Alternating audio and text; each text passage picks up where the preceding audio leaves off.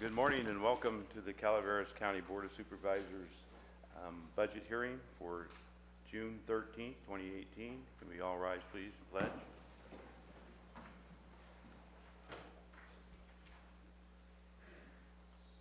Supervisor Mills, can you please lead us? Let us begin.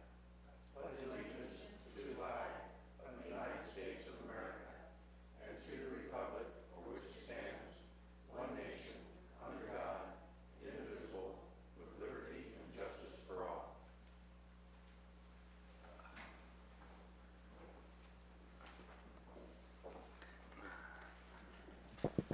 A couple announcements this morning.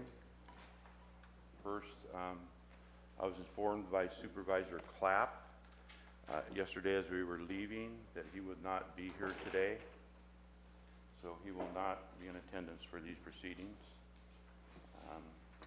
Also, if you have a sign here and you want to bring a sign into this room, all signs must be kept in the back, not forward, because they'll be disruptive. And we want to keep the proceedings flowing. So if you have a sign, you can display it in the back, but don't bring it forward. That being said, I will open the hearing this morning, and we will proceed going forward. I think where we left off yesterday or last evening, Leslie Davis gave her presentation to us.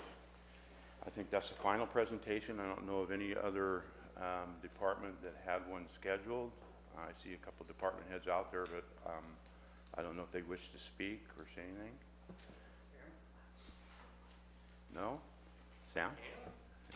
Would you like to say anything?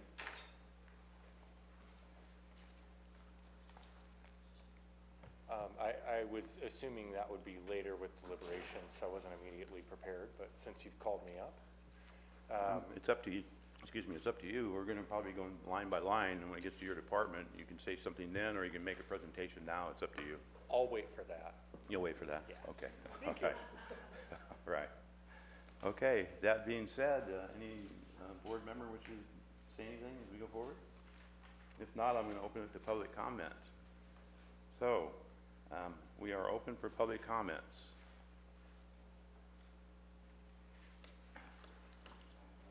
Back there.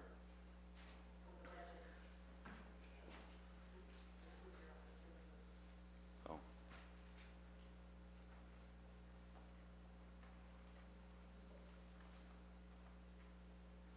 Age before beauty.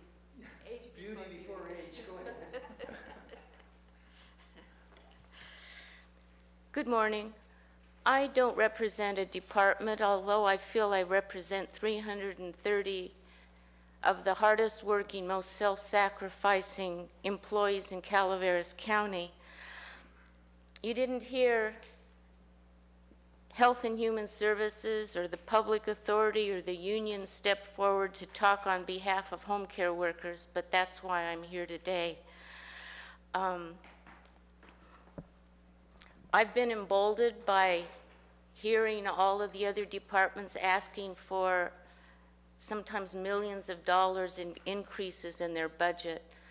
This year, I'm going to be asking you to consider contributing $100,000 of your general fund towards the increase in wages for home care workers whose salary has been stagnant since 2009.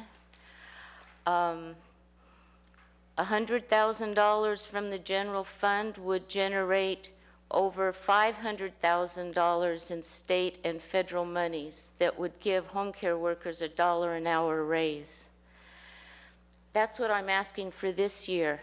Next year, I'd like to also hit y'all up for an additional $50,000, and the following year, another $50,000, which would bring home care workers' wages back up to the rate they were in 2009 when our union dropped us like a hot potato. We have not seen representation for home care workers. We saw one presentation from a person who represents SEIU 2015.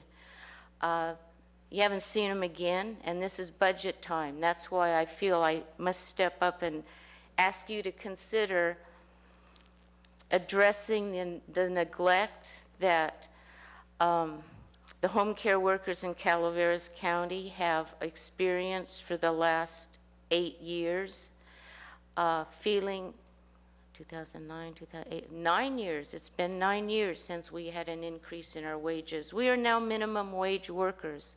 We used to make $2 an hour above minimum wage. But because of the neglect the home care workers have suffered and the lack of representation, we're all minimum wage workers again. I am not a member of the union. I quit paying dues. I'm not on a negotiation team. That's why I feel it's within my purview to stand up and speak out now. As you consider your budget, please try to set aside some money for home care this year. Thank you.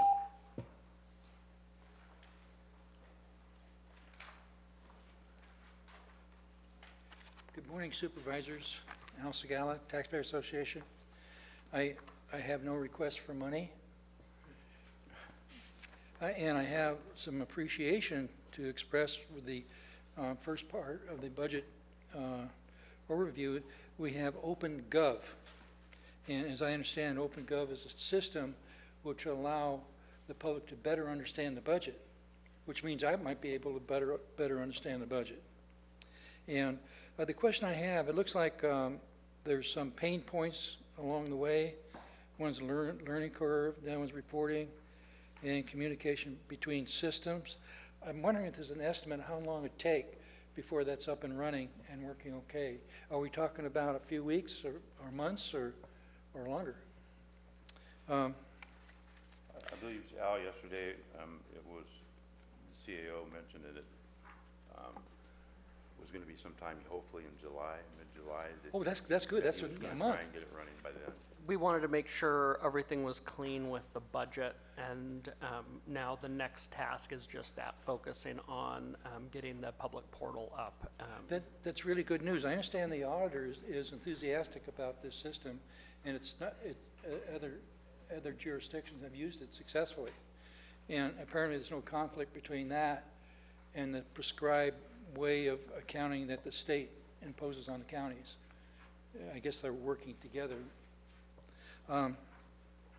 Now, in ice skating, they have these different things that they do. There's triple this, and they, well, anyway, on sales tax receipts, we have sales tax receipts with a triple flip. Now, I don't know what a triple flip is. Does anyone? Oh, we got one supervisor that knows. So we're ahead of the game. A triple flip, it'd be good to explain what that is. And I think that's enough comments from the taxpayers for now. Thank you.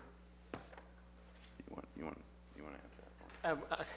And I apologize, Al, I didn't make a comment on it because as you saw from the graph, it's no longer relevant, but it was relevant to show what our sales tax is. In typical state of California fashion, they do maneuvers when they rob from one pot of money to pay another pot of money and then promise to backfill the original pot of money. So it was a triple flip to move it to education. Then they had another diversion that moved it back into the original sales tax pot of money. There was a sunset on it. I think it was 2001 and 2 when they originally did it, and there was a sunset, and that sunset was about 3 years ago. Thank you very much.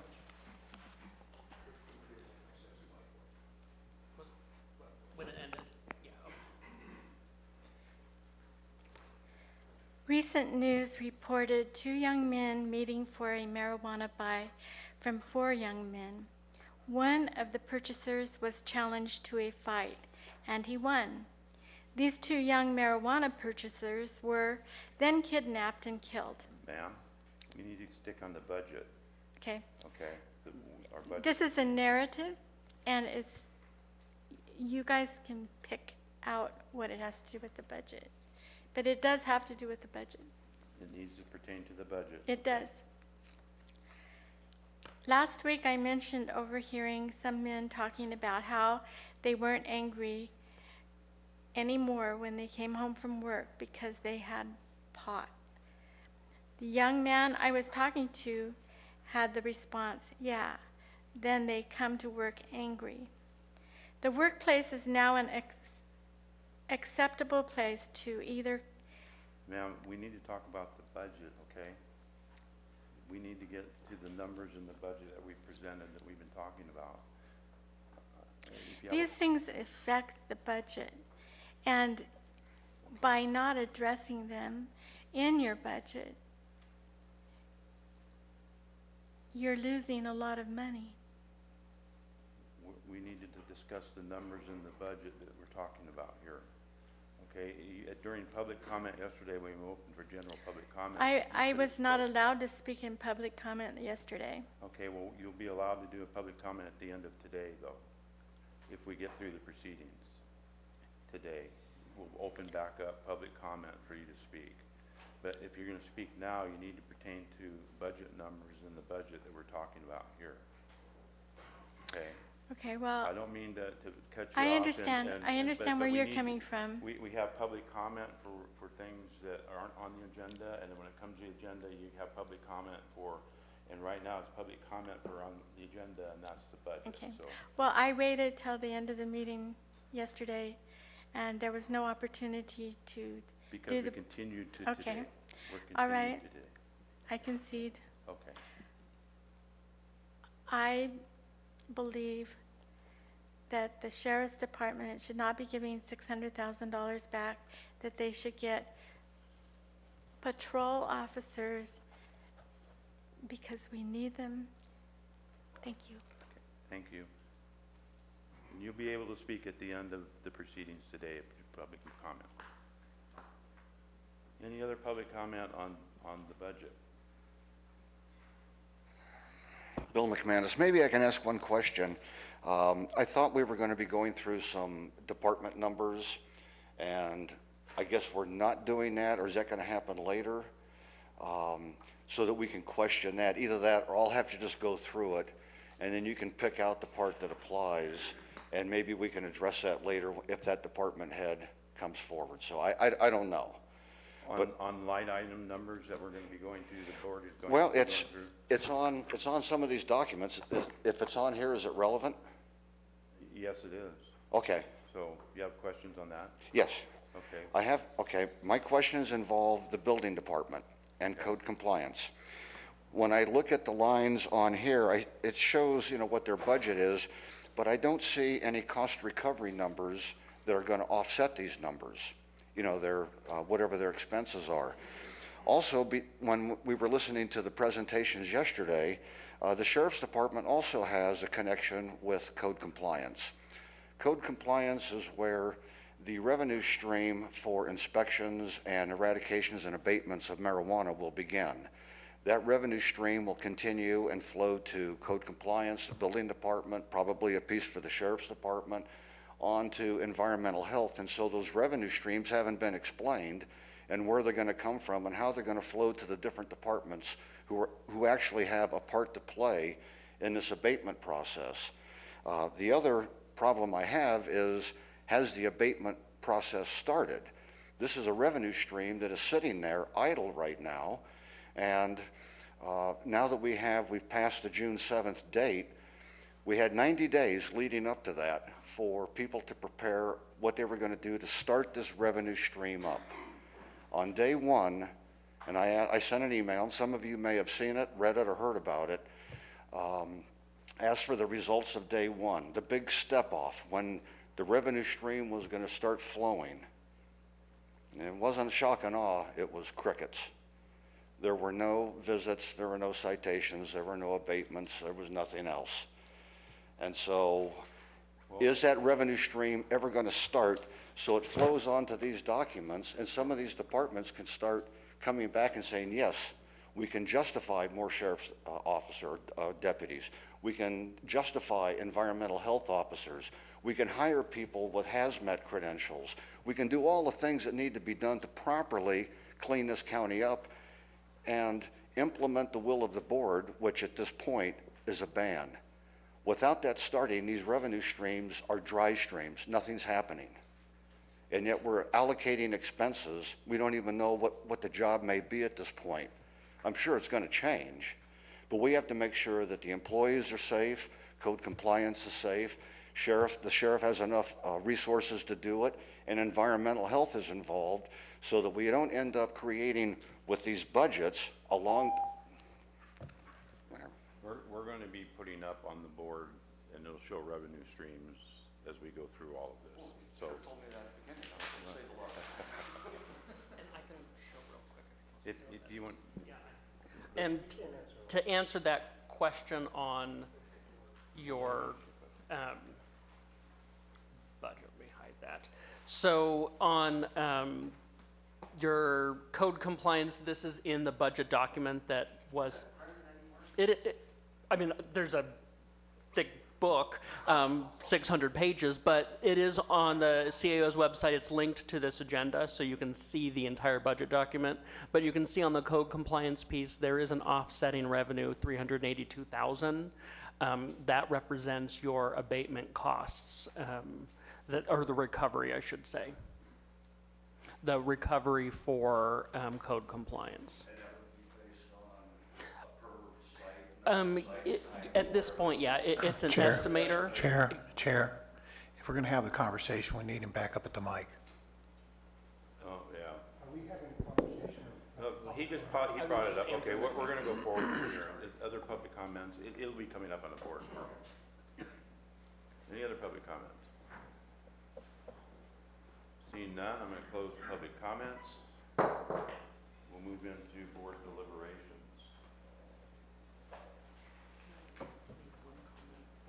Sure.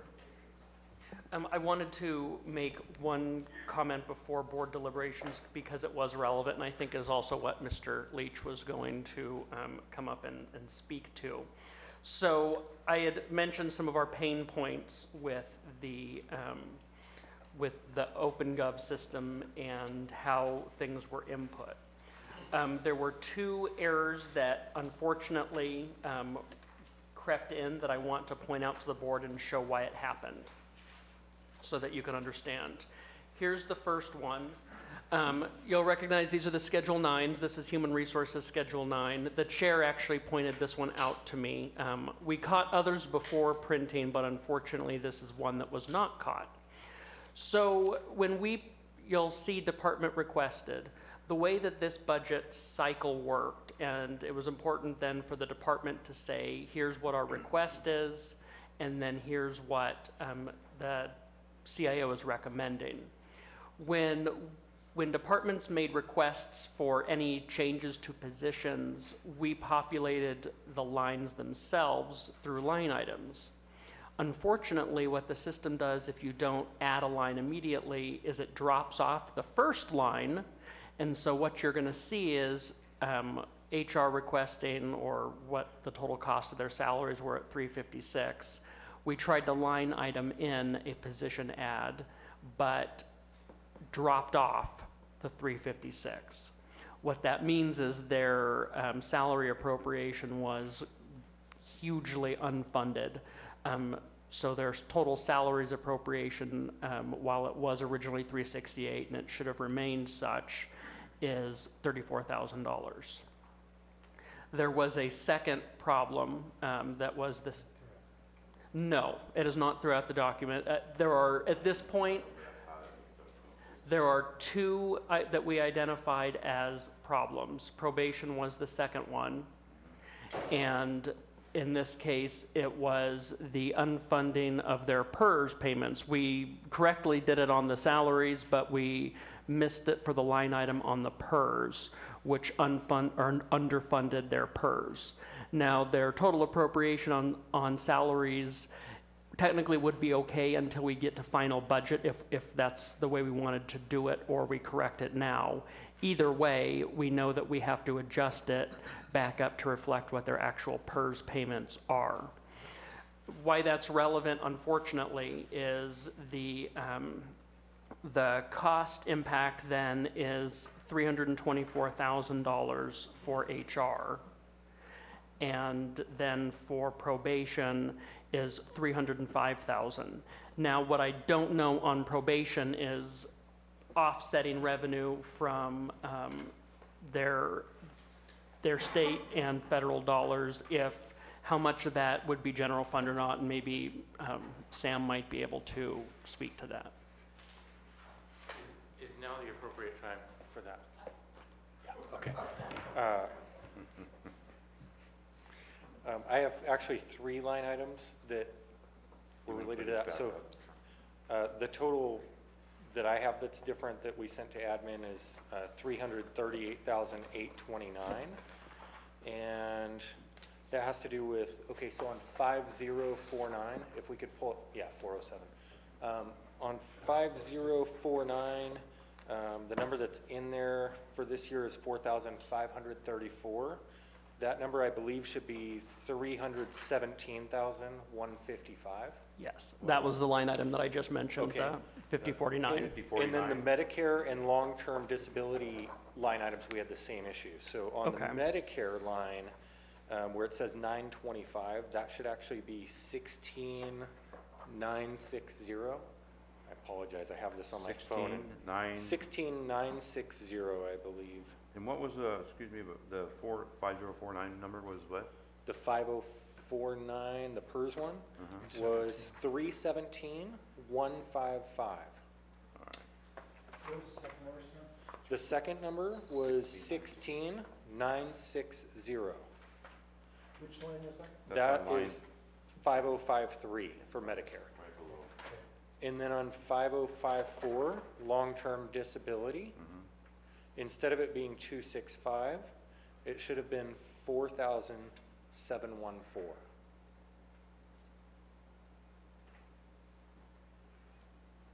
So three, So The difference is 338,829 total. And Yes. it looks like, because I know Krista sent me the email on kind of the final reconciled amount, then that 305,392 that I referenced, that is after any additional revenue that you were able to cover. Is that accurate? I'm not sure. That's not exactly what I have here. I know that we did. I had two Add- numbers. At one point, I had 256, and then she told me scratch that 305, and I don't know where the difference came in. I have, the only note that I have on here is that we added, I know in 678, we added a $48,662 pull from that. So that's an offset of some of the salary adjustments. But that wouldn't add up to 305. So I'm not sure where the difference is without doing a deeper dive into those numbers. Okay. Any other questions on that? 256 and 48, pretty close to 305. That's what I was thinking. His 256 and your 48, pretty close to 305. Yeah, and that's what I'm thinking that the Okay. difference The is. split. Yeah. Okay. It was a triple flip. So I say that unfortunately because it means starting off with a bigger hole than originally. We didn't have a technical hole, but starting off with a hole now. I wanted to note that because it does mean those budget adjustments will need to be made. So do you have a total number that you need to add to the 67, Yeah, 305 plus the one from HR. HR? Yeah, which was the, going back to that piece, What was is the the HR 324. number? 324? You want to see HR again, is that what you said? no, we just need to, I need to know the number so we can plug it in our book. I come up with about 630. Added to the 67. That we have. So HR's up there, the only line that's impacted would be this line, so it would be the 356,602 plus that 31,742, which is what that line should have equaled.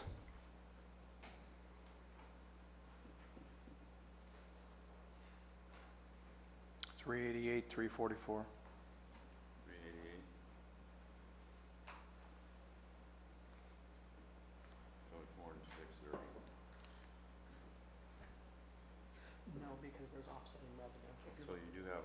revenue? If you look down here, so we increased this, but you'll see this increased because it was being paid for through a different program. So the net was down here is what I gave you as the 324,860. 324,860. Okay. So we're at 630. Is there something that I'm missing, Krista?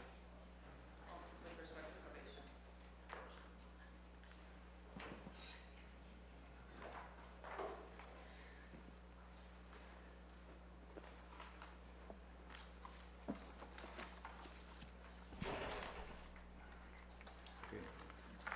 So we'll move on.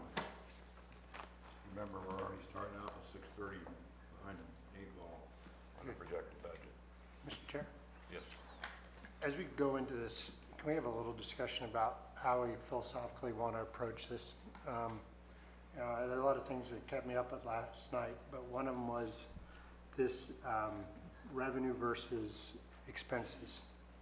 And now we're at $9.5 million deficit, more or less. And I think the CAO's done a good job in putting together a balanced budget, but I really am concerned about the out years and how we're either going to make up that revenue or maintain these things. So I personally have concerns about adding a whole lot of ongoing expenses. One-time stuff that's a little easier to swallow, but I just sort of wanted to see where everybody else was on this, whether we want to, how we philosophically want to take it. But my position is we've got an operating deficit that's going to come due, and we need to either fall, I would like to find a way to smooth out that drop in the future, try to get our revenues in line with our expenses. I don't know where everybody else is. Sorry. I agree. I think that one of the points that we have to look at is the CPI, the Consumer Price Index. If we're going to be looking at a moderate growth rate year over year of about 2.8% that you talked about, maybe 3% at the most, that our structure of our budget should be to be in somewhat of an alignment with that number. If we push beyond that, we're going to create some structural deficits over the out years. Yeah. And that can get very expensive very quickly, whether that comes in the form of number of personnel on staff, or it comes in other forms.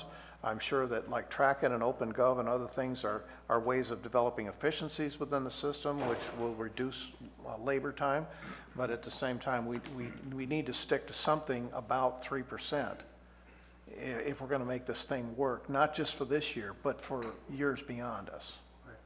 I had a question last year regarding last year's year-end salary savings. Were we able to come up with a number on that? I apologize. I have it on my notes, and in fact, as you guys deliberate, I will give that to you in 1 second. Okay. So I'm with you on that. I think we need to be very firm on, if we're going to say 3% is our goal, our target goal, and we can support that because we can show on improved taxes, TOT, and in other forms that is sustainable, great. But beyond that, we need to tread very carefully because whenever we add staff, we're going to be adding that not for today, but for future years. Right. Just because we have money today, it doesn't mean we're going to have money tomorrow. Absolutely correct. Absolutely correct. I agree. I also agree. You turned your mic on? I also agree. Let's just leave our mics on. So we can tackle this in a way that we can ask the CAO to put up each department's budget, and you can go through each department budget if you want, line by line, or you can go back to the chart that he brought up earlier that forecasts each department and their revenues and their expenses. Yeah, doesn't delineate per line item on it. Right. And what I did also do to aid in that discussion was provide and that is a handout that everybody has. This is a little small. Let me see if I can zoom in on that. Was basically a breakdown of every general funded department that shows expenditures. Now, I do caution, obviously, this is just expenditures. It doesn't necessarily account for the fact that in some cases there are offsetting revenue.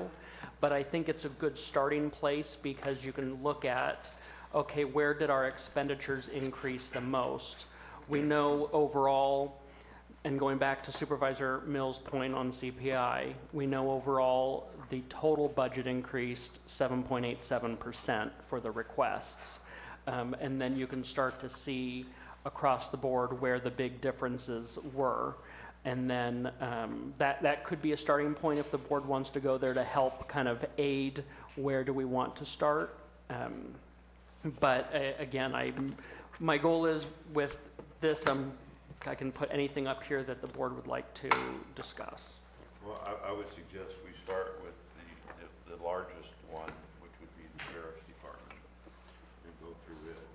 Mr. Chair, would it be beneficial that that information of expenditures versus revenue give us an indication of why those expenditures are in a large category?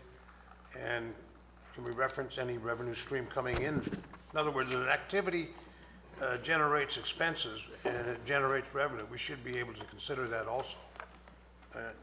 Is there a possibility of a report to put that column on there? That is where we can go to what your budget book is. Your budget book clearly, the funds summary will show you those Okay. differences. And you can put that up, correct? Yeah. We can start. Take the big dog first. Yeah. I'm in favor. Yeah, follow you. He's here Then he and can he's go back. smiling now, but I don't know if he is when he leaves. Okay, who's the big dog? So if we can go to his patrol budget. You want begin the with patrol him. budget? Okay. I think that's the big one to begin with.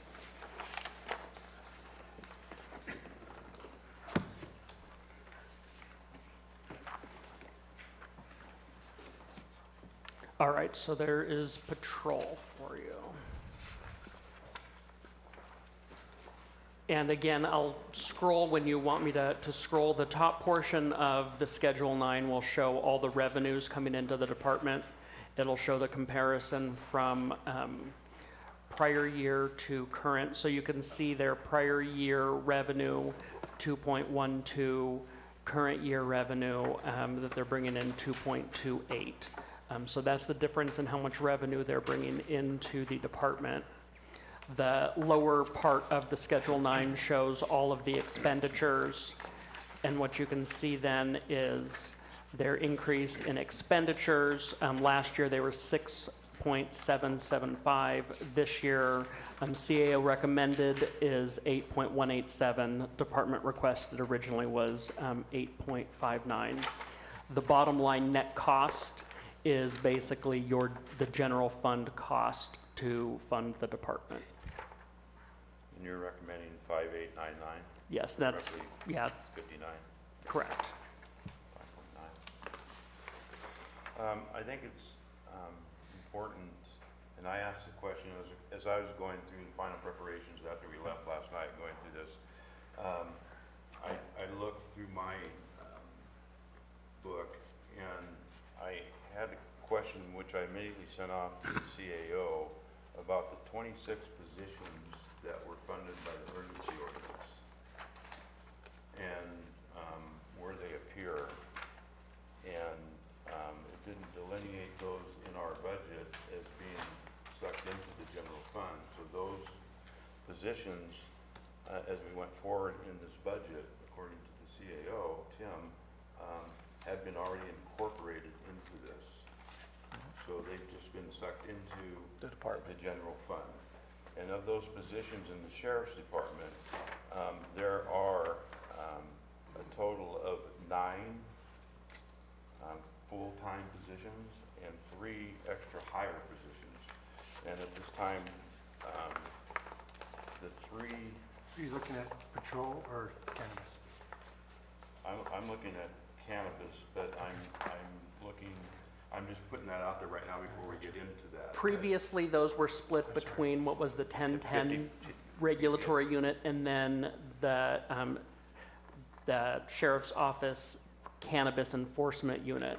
Now, those positions obviously are now in the cannabis enforcement unit, which is not in this patrol budget.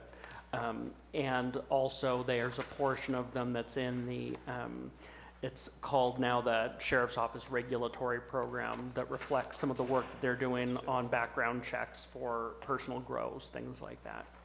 I just wanted to put it out there before we got into the sheriff's budget, that those positions that were created for the urgency ordinance are now being funded by the general fund, and it's in the budget here already. So those positions, and also I wanted to bring up the fact that when we get into code, that Same thing. the 3 positions for code are in here, although one is vacant, but it is funded. Planning had And one. county council's 1 is in there and it's funded, and administration's 1 and it's funded. Can I make one Plan. correction to that? Yes. The code one is vacant, but I requested it to be unfunded So at it this is not point. funded. Yes. So only 2 of them are funded. Well, yeah, they have it as salary savings at this point, assuming that they're not going to fill it. I just want to make that, before we go into all these, everybody's aware of what happens to those 26 positions. Okay? So going into patrol.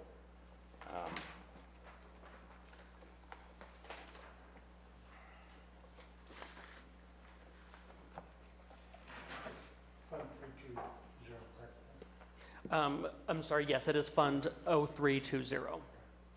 And again, the Schedule 9 is up on the screen for people to look at. Obviously, the largest increase areas, salaries, benefits. The salaries and benefits increased. They started 5.825 last year. CAO recommended 6.931. And with that in patrol, that included funding 3 additional positions for the CAO recommended. Those 3 positions were one of the 2 investigators that they requested, so a deputy sheriff 2. And then it also included the limited term trainee position and the, it's not records technician, it's a, evidence technician position. Those are the 3 that is included in here. The other reason that you do have a larger increase, and this one obviously can't be reduced, is negotiated MOU changes for the original 7.5%, then the second 7.5% increases for the deputies. That's not included? That is included in here, yes. You said just now that there were 3 additional positions in patrol? Yes, and patrol, those are the 3 positions that the CAO recommended has. And they're asking for 4. No, their original request was when, those are vehicles. Oh, vehicles, I'm sorry. So we traded vehicles. Patrol. The presentation that they gave yesterday included 2 of the deputy 2s, not the one that's in the CAO recommended for the patrol budget.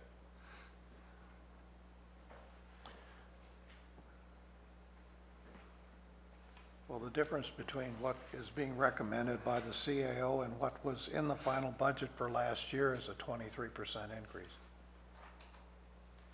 Yes, that is correct. of which, again, we'd have to look at how much of that is general fund. Well, I would argue, again, if you look at the increase in revenues in the patrol budget, they were at 2.2, they went to 2.287. Not very much of that is going to be outside. Most of that is going to be general fund. And they might be able to speak to what portion of that additional revenue would cover it or not. Might be a portion of it for a grant for one of their late patrol contracts or another type of a service that they're providing. Or it could also be a transfer in from AB 443. Well, not in this unit. Good morning. I'm Maria Hensey. I'm with the Sheriff's Office. I'm the business administrator. I'd like to help you understand a little bit about our revenues in. Revenues in are fairly flat in comparison to last year. Not much of a change in our scenario. We're not too much in the business of selling ourselves, if you will. But we do perform services. And the main changes in the revenues that I expect to collect in the coming year have to do with a slight increase in a grant, which is expected from the state, which is the off-road vehicle patrol. There's a slight increase expected there. A next area of expected increase is projected in the, well, it's not really, it's pretty flat actually. A little tiny bit of an increase in the patrol for the Comanche area is expected. The largest line item that is coming in as an adjustment is the TOT and the Prop 172, which is inflating that bottom line. But the rest of the budgets are pretty similar. Law enforcement services, I have a small escalation factor in there that's based on services we rendered to, for example, the fairgrounds and Ironstone, but it's very small. Otherwise, our revenues are fairly flat. Those revenues would go, of course, against expenditures in addition to your contribution that would come from the general fund.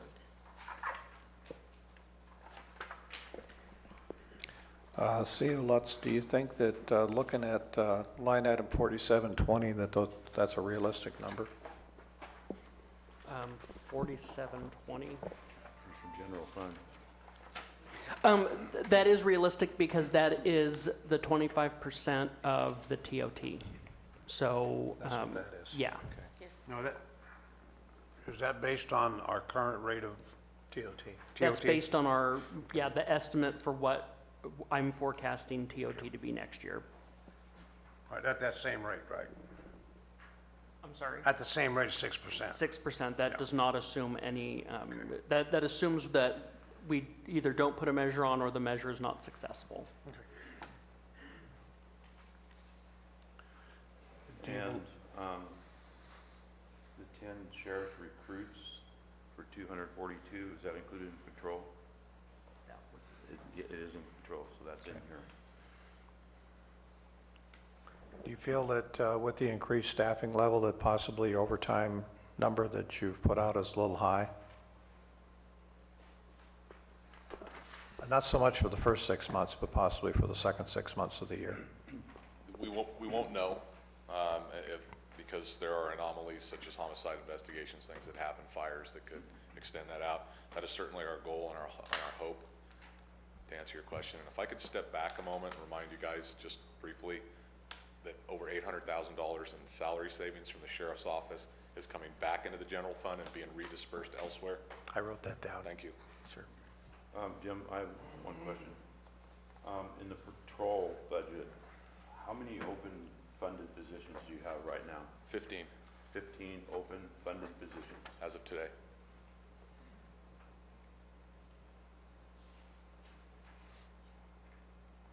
Thank you.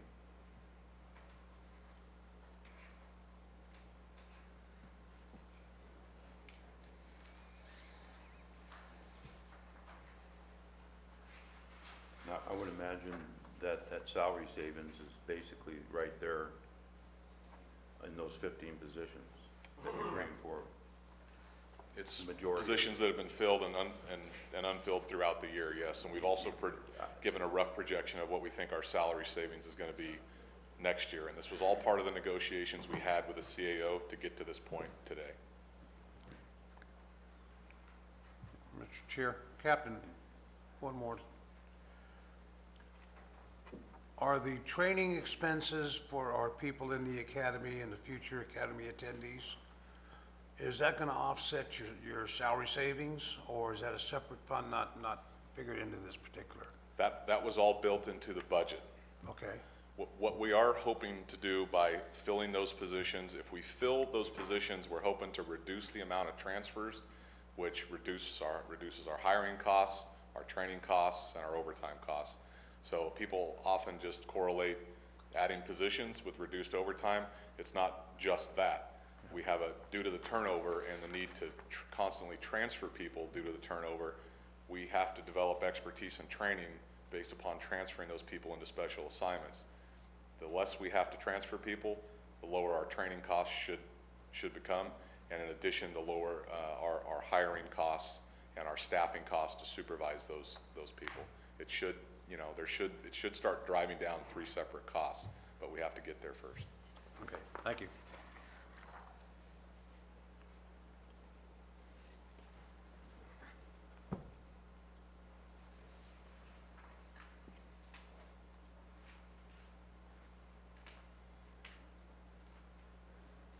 You have, I'm sorry to make you keep going back and forth, the exercise, I hope you have a step counter on so you can get, it's your workout for the day. You're asking for 10 additional recruits.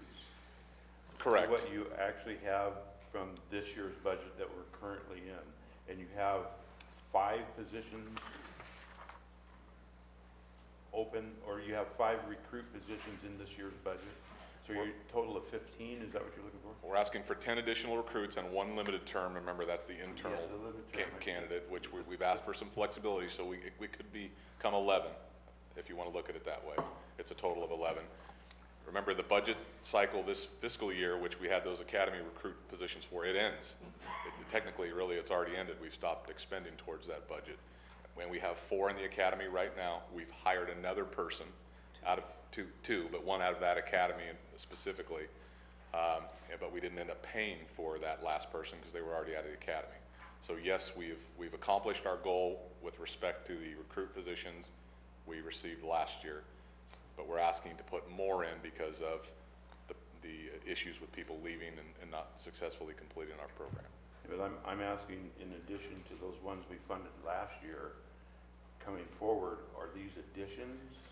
So you, No. so Those go away. Supervisor, yeah, so those they go went away. They're not built in, okay. So You you're were looking for funding- 10 instead, that's all I was asking. And you're if funding we them were year by carrying year. forward. So a net they're gain not of 5, perpetual. So essentially. a net gain of 5. Correct. That's, thank you, that was the question. So, and the other question would be then, how easy or difficult would it be to get the 10 recruits? I've already got them. You've got 10 recruits? We've waiting got to go 11 in? recruits ready to Yeah. go. We have to have those lined out to get a hold of the academy and say, these are the people we have. We have to have that done by the end of the month. We have those guys ready to go into the academy now. As soon as the academy starts, I believe it's the first part of August, we will have 11 in the academy, which will fill the positions that we have vacant now. And that's why you saw some of the additional positions aren't starting until January of 19, until mid-year. Mr. Chair, so we've secured those spots in the academy Yes. then? We've secured them with the academy, and we have the personnel to put in the academy. Okay, thank you, Sheriff. Thank you. I don't think I have any more questions on control. I'm looking at the overall, when I say the sheriff's department, I'm talking about your whole package. It's over $18 million this year, roughly. I believe so, yeah. Yeah. So that is a nice increase over what it's been in previous years. Well, go back, and it was that at one point. That's how far down we've gone. We're just now coming back up to where we used to So be. we'd be looking at what it was possibly in 2010 or Probably 2011. more like 8. 2008? Camasito can speak to that. He was doing that long. So you have the negotiated cost increases that drive things up. Okay? Yeah, I was backing that Yeah, out. but the other thing that's difficult to look at with respect to our budget, especially when you're looking at our overall budget, it includes revenue. And if we happen to obtain a large grant on a particular year, you'll see $1 million or $2 million included in the overall budget that shows. So it's difficult to track. Yes, it's an increase, but if we were to go back and look at what our staffing was prior to the recession, it would be, if they were being paid what they were being paid today, it would be very similar. So we have asked for additional staff.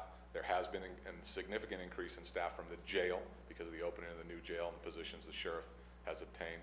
But I think what we're trying to focus on right now is patrol because that's where the greatest need is. Okay, thank you.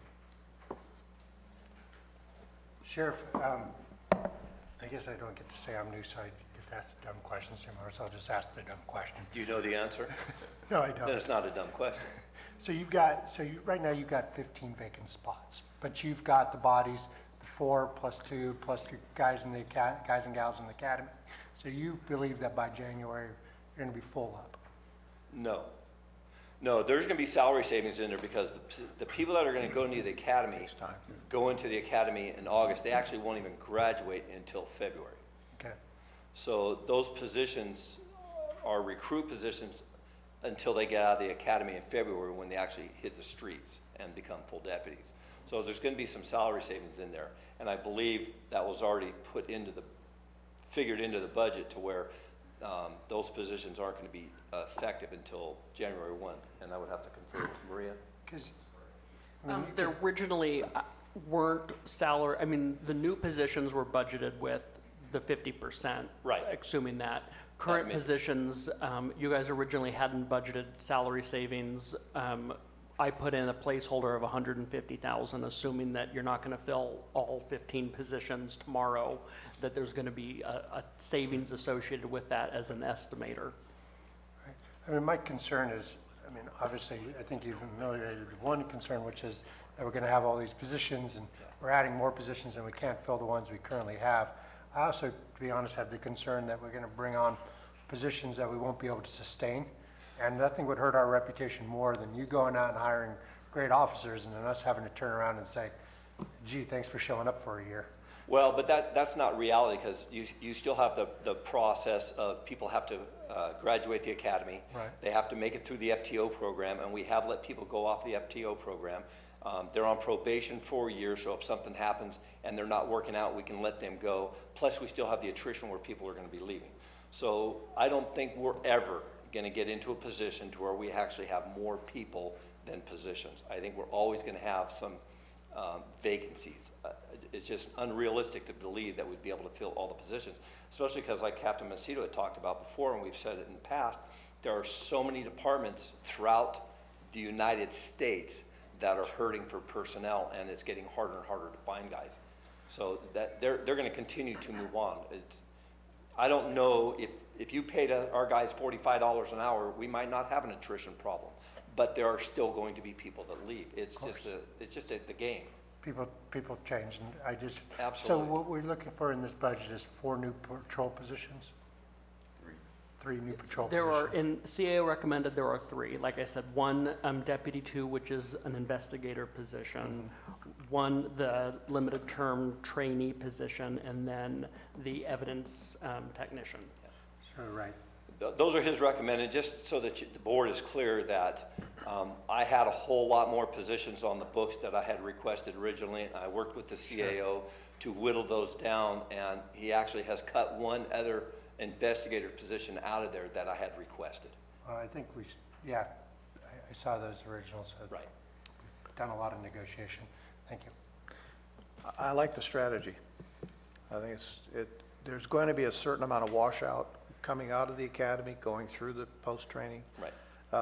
We have to expect that. So there still has to be, in essence, some positions available we continue to work in, even though we have all of these active roles, because you're never going to get ahead of the game if we're just waiting till that next position opens before we make their next move. That is not going to work in our And scenario. So. to have people on the hook is not a bad thing, because people are still looking to come and be employed here. So if we have the ability to have them in the wings ready to go when we have somebody leave, we have that ability to backfill them a lot sooner than, like you just said, the year out or almost 2 years if you go through the whole process. So although we're seeing these numbers on the books, doesn't necessarily mean they're going to transfer into an active dollar spent. Correct. That's really what it comes down to, but we have to have it on the books to make it work. Correct.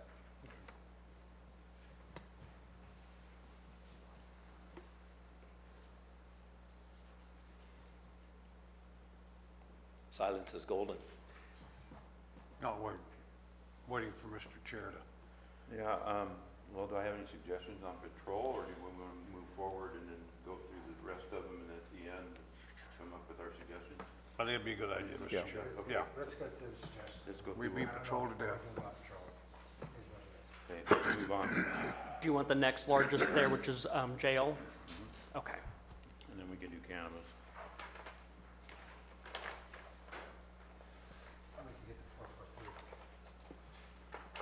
So 443, yeah. So here is the jail budget. Now, with this budget, again, here's where we're seeing, let me go back up, on the revenues, there aren't really many revenues. I think your only revenue there would be, well, 97,000. oh, that would be your revenue for if you're housing any inmates through like the Amador County contract. Right, and right now, we're actually full plus a few. Okay. So that does provide some offset on the expenditures for jail operations. So you can see here, salaries and benefits last year, 3.285. This year, CAO recommended 3.717, and that's off of what the department requested was, which is 3.869. The differences here, there's what wasn't in original last year's final and was in here was the 4 positions that we added in March or April. That those positions were added, again, recognizing that we needed to have additional staff at the jail given concerns on significant shortages. Additionally, the CAO's recommended includes 1 additional correctional officer. The department requested, and I think what's reflected in their presentation was requesting the 2 additional correctional officers. And then in terms of other expenses in the budget, I don't know that there were any significant items. Well, I know one that I would be remiss in not mentioning because the department certainly mentioned it a number of times, would be the county facilities maintenance. And that is basically reflecting the fact that a portion of Patrick's crews, when they're doing maintenance on the facility, reflecting that that cost is being incurred in the jail. Now, this was an important piece because with our bond reporting, we need to be clearly delineating what the expenses are to maintain that jail and show that we're doing that maintenance.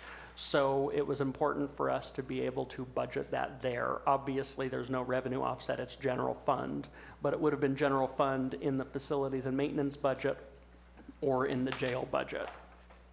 The department did request that we take that back out. My recommendation, again, for clean reporting on the bond is that we leave it in this budget, but recognize that it's one that the sheriff didn't have a control over per se on what that cost is. And hopefully Patrick, and I think he has proven himself to be efficient in not doing unnecessary work for certain. Otherwise, the changes to this budget over prior years, I don't know that there's any huge standout item that, I mean, hardware and software, I know that was a $33,000 increase. I can't remember what that software component was. I don't know if Maria knows offhand. Well, I think a lot of that, and if you look down at it, don't move it so I can see the number, don't move it. Oh, sorry, I thought you said If you look at 5478 and 5480, the travel and the gas and oil, we pulled that out of the sheriff's and moved it over to the jail to reflect that that is coming out of the jail. So there's, increase there. So we've separated a lot of this out so that it's delineated between the sheriff's office and the jail functions. That's why you see some of these changes, and that's part of the reason why those costs have gone up in the jail too. Line item 5411? No. No, but I want to ask about 5411. Oh, okay. You only expended $1,100 this year, and you're asking for about 30 grand. What is that? Line 5411. 5411. Special department expense.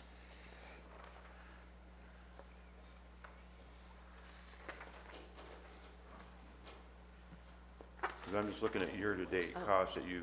Oh, it's probably Chair? Lexipol. No, actually, that set aside, what had been happening in the jail is unfortunately some of the inmates vandalize the infrastructure, they're getting upset or have anxiety. And so we put in an increment that we would, of $25,000 in the event that inmate would go ahead and do some destruction to the infrastructure. This past year, we had an inmate break one of the window glasses with chains in his head and rip up some of the padding, and those were expensive, and those got absorbed by the administration. Instead, he thought it'd be better if we owned those responsibilities as our costs in the event that they happen. It could be reduced, it's just a contingency amount. We don't know if any of it would get used for that matter. I have a suggestion to that, is just to add the word contingency to that particular line item so that we understand that it is not a, we're not expecting to expend it. It would be Correct, sir. only in the event of. It's just an So allocation, if you will. It may never get expended. just use the word contingency, then we would understand, or it would be clearly delineated. Yes, sir. And I wanted to address your question, CAO Lutz, about the 33,000 you had asked about. Oh, the software, yeah. Yeah, that software is that we have a proposed CIP project for cameras in the jail. The cameras in the jail that are existing right now sustain a number of blind spots, and the captain in the jail is concerned about that. So once they've had an opportunity to examine the jail footprinting, they have now identified a number of blind spots in the We jail. went over that yesterday, that 33,000 is, and correct me if I'm wrong, it's $10,000 a year for 3 years. Paid up front. Paid up front for. So as to maintain the new maintenance. cameras, in the event that that CIP project is approved. I recall the number to be $258,000. That's That's a for total, the that's a cameras total. and the storage, this is to upkeep Okay, the all right. software. Yes, sir.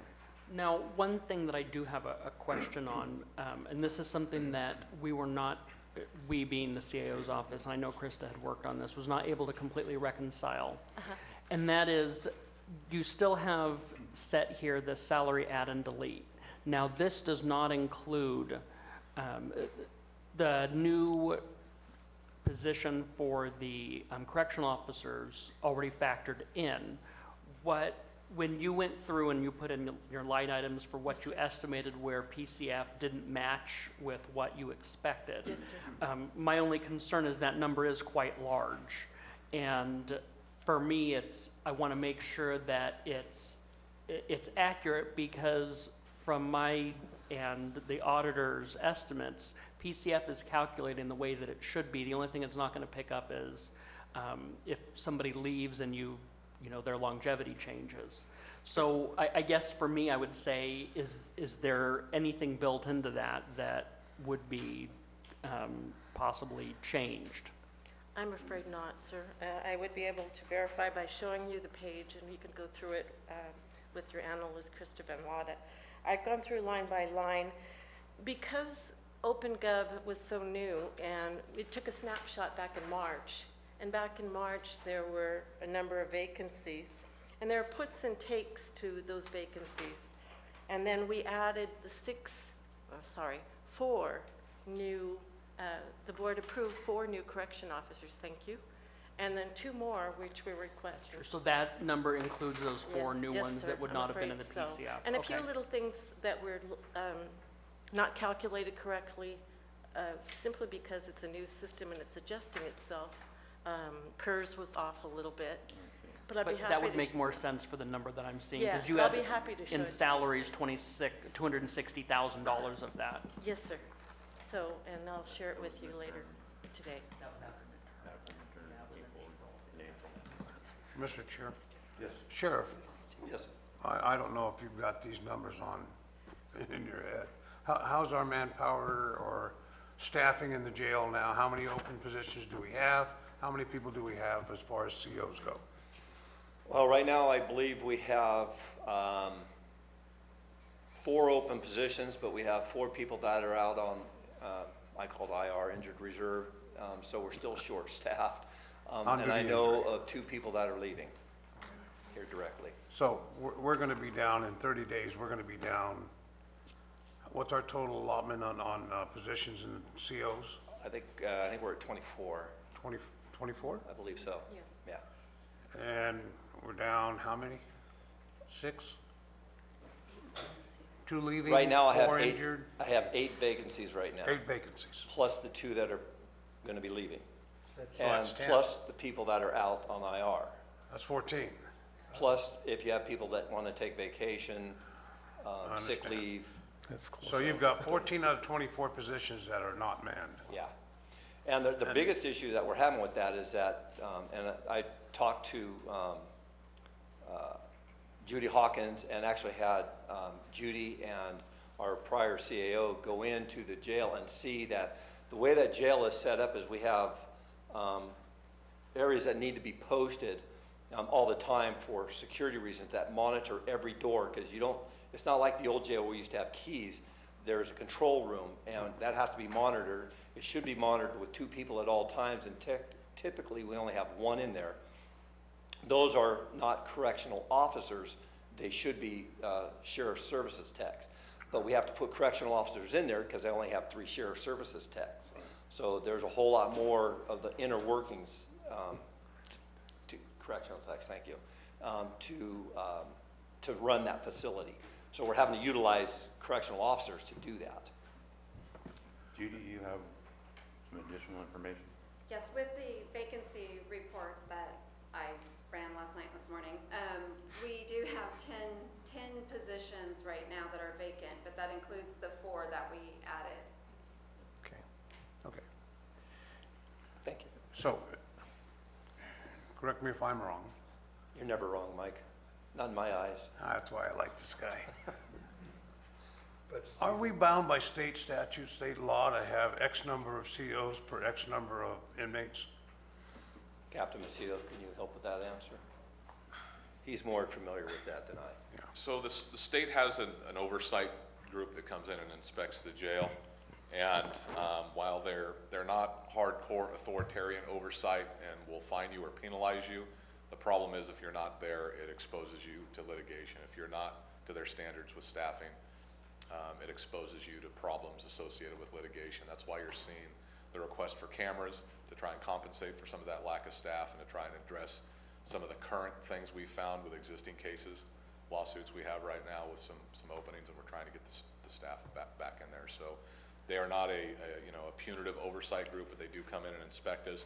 There are punitive measures that can be taken against the jail, but as it relates to staffing oversight specifically, they come in with either a recommendation of your at minimum standards or you're not, and if you are not, then you expose yourself to litigation issues, and most of you know the jail is an incredibly sensitive spot when it comes to litigation, especially since the state passed most of their problematic prisoners and all the associated medical problems and oversight problems down to us as a result of AB 109. So we treat this as a priority issue then in Calaveras County. Absolutely. Okay. I just want to make sure that point's been made. Thank you. Supervisor Mills? I did have an opportunity to tour the jail, and Sheriff Ballard, Captain Ballard did take the time to actually take us around. It shows you some of the challenges, unique challenges to what that is. My question would be for the turnover, and you spoke to one gentleman that was leaving 21 years with the department, and when that happens, we have to, and I'm sure Judy can bear this out, we have to pay them out. And so those payouts, especially for long-term employees, somehow has to fit into this budget as an expense, an immediate expense, instead of a long-term expense. I don't know where to plug that in. I'm looking at the CAO. Well, the only thing you're paying out would be their over- CTO or Right. Vacation time is what Right. you'd be paying out. It's accumulated time. Correct. So it's just a matter of whether or not that is sufficient to warrant a line item in a budget, especially for those departments that have high turnover. Well, Or here's what I can consistent say, and CA Lutz can either agree or disagree. The downside is you're losing a lot of institutional knowledge. The upside is in the salary, you're taking somebody that is at an E-step salary and you're dropping them down to an A-step salary. So there is a savings in that aspect, but you're still losing that institutional knowledge of the county as a whole in that person. No, I'm not questioning that because I understand there's going to be a change on the salary level. Right. And it's going to be pretty substantial. I just figuring that, is it important enough to have a line item regarding those payouts? Yeah, and that is a tough one, and Rick brings up the valid point. Typically, you have a payout for those accrued times, but if one, either it's an employee that hasn't been there very long, so they're not going to have a lot of accrued time, or two, if it's a employee that has been there a long time and they might have more accrued time, to Sheriff DiBasilio's point, there's a ton of longevity pay that they had that the new person comes in doesn't have. And a prime example, I had that in my budget this year.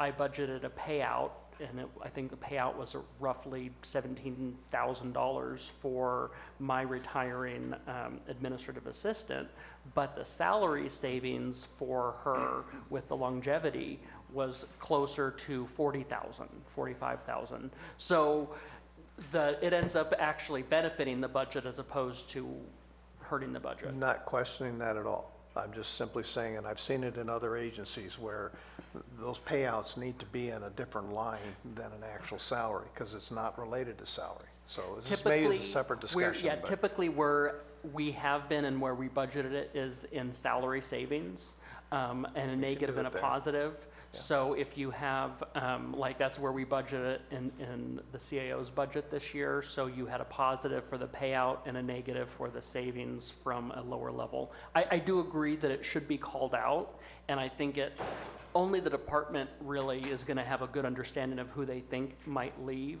and then trying to calculate what their leave balances might be. Because what it drives is another discussion of an acknowledgement of that potential. And if we start to acknowledge those potentials, then we'll start to think about them in our overall strategy. Any other jail questions? Yeah, Mr. Chair, I do have a question. In your gas, fuel, oil, auto expenses, does that include your transports? And do you have any new vehicles for transport? We do not have a new vehicle. That's something that we're going to need to look at down the road because the one we have is getting quite old. But again, remember, I used to drive it 7 years ago. Yeah, I know that. What I was getting at earlier was that we've separated that out. We've taken all the gas and oil, and originally it used to all come out of the patrol side, out of that budget. Now we've separated out so it comes out of the jail side. So we have a better understanding of what the actual costs are for the jail and for the sheriff's office. And have you funded the activity, and we're still doing it with inmate services as far as cleaning up nonprofit properties, the program we have in the jail? Yeah, the work release program is still continuing on, yeah. All right. And we draw no revenue for that, no. Correct? Okay. Any other questions? No? Let's move on from the jail. Move on to cannabis. Okay, I can do that.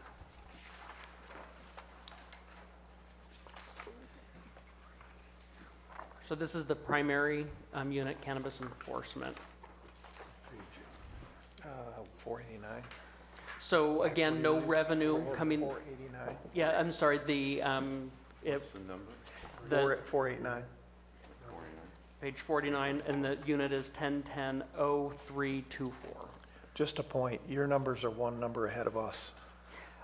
That number is? Yes. Your page number. Oh, Yeah. Don't worry about it. it was because we swapped out the one sheet so we're for aware the of it. correction. Classic question, are we on the right page? So as you can see, this no revenue, so this is strictly general fund.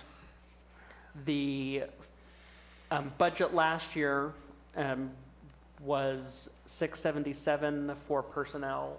This year, $854 for personnel. The budget last year for services and supplies, $288. This year's request was $314. CAO recommended $218, and that was through negotiation with the sheriff's office, and that was primarily on professional and specialized services, and I think that was some of the helicopter flyovers. And bottom line number then, last year it was 281,359. This year CO recommended is 1,072. 1 million? Oh, I'm sorry, 1 million. A little bit of a difference. Thomas Carroll.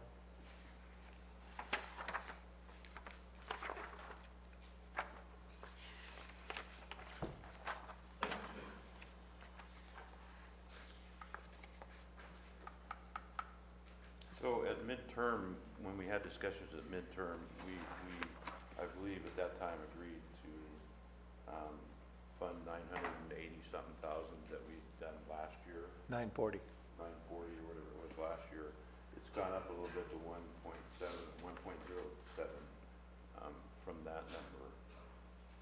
That was the addition of the, original, we had asked for 4 more investigators doing partial investigations and partial marijuana.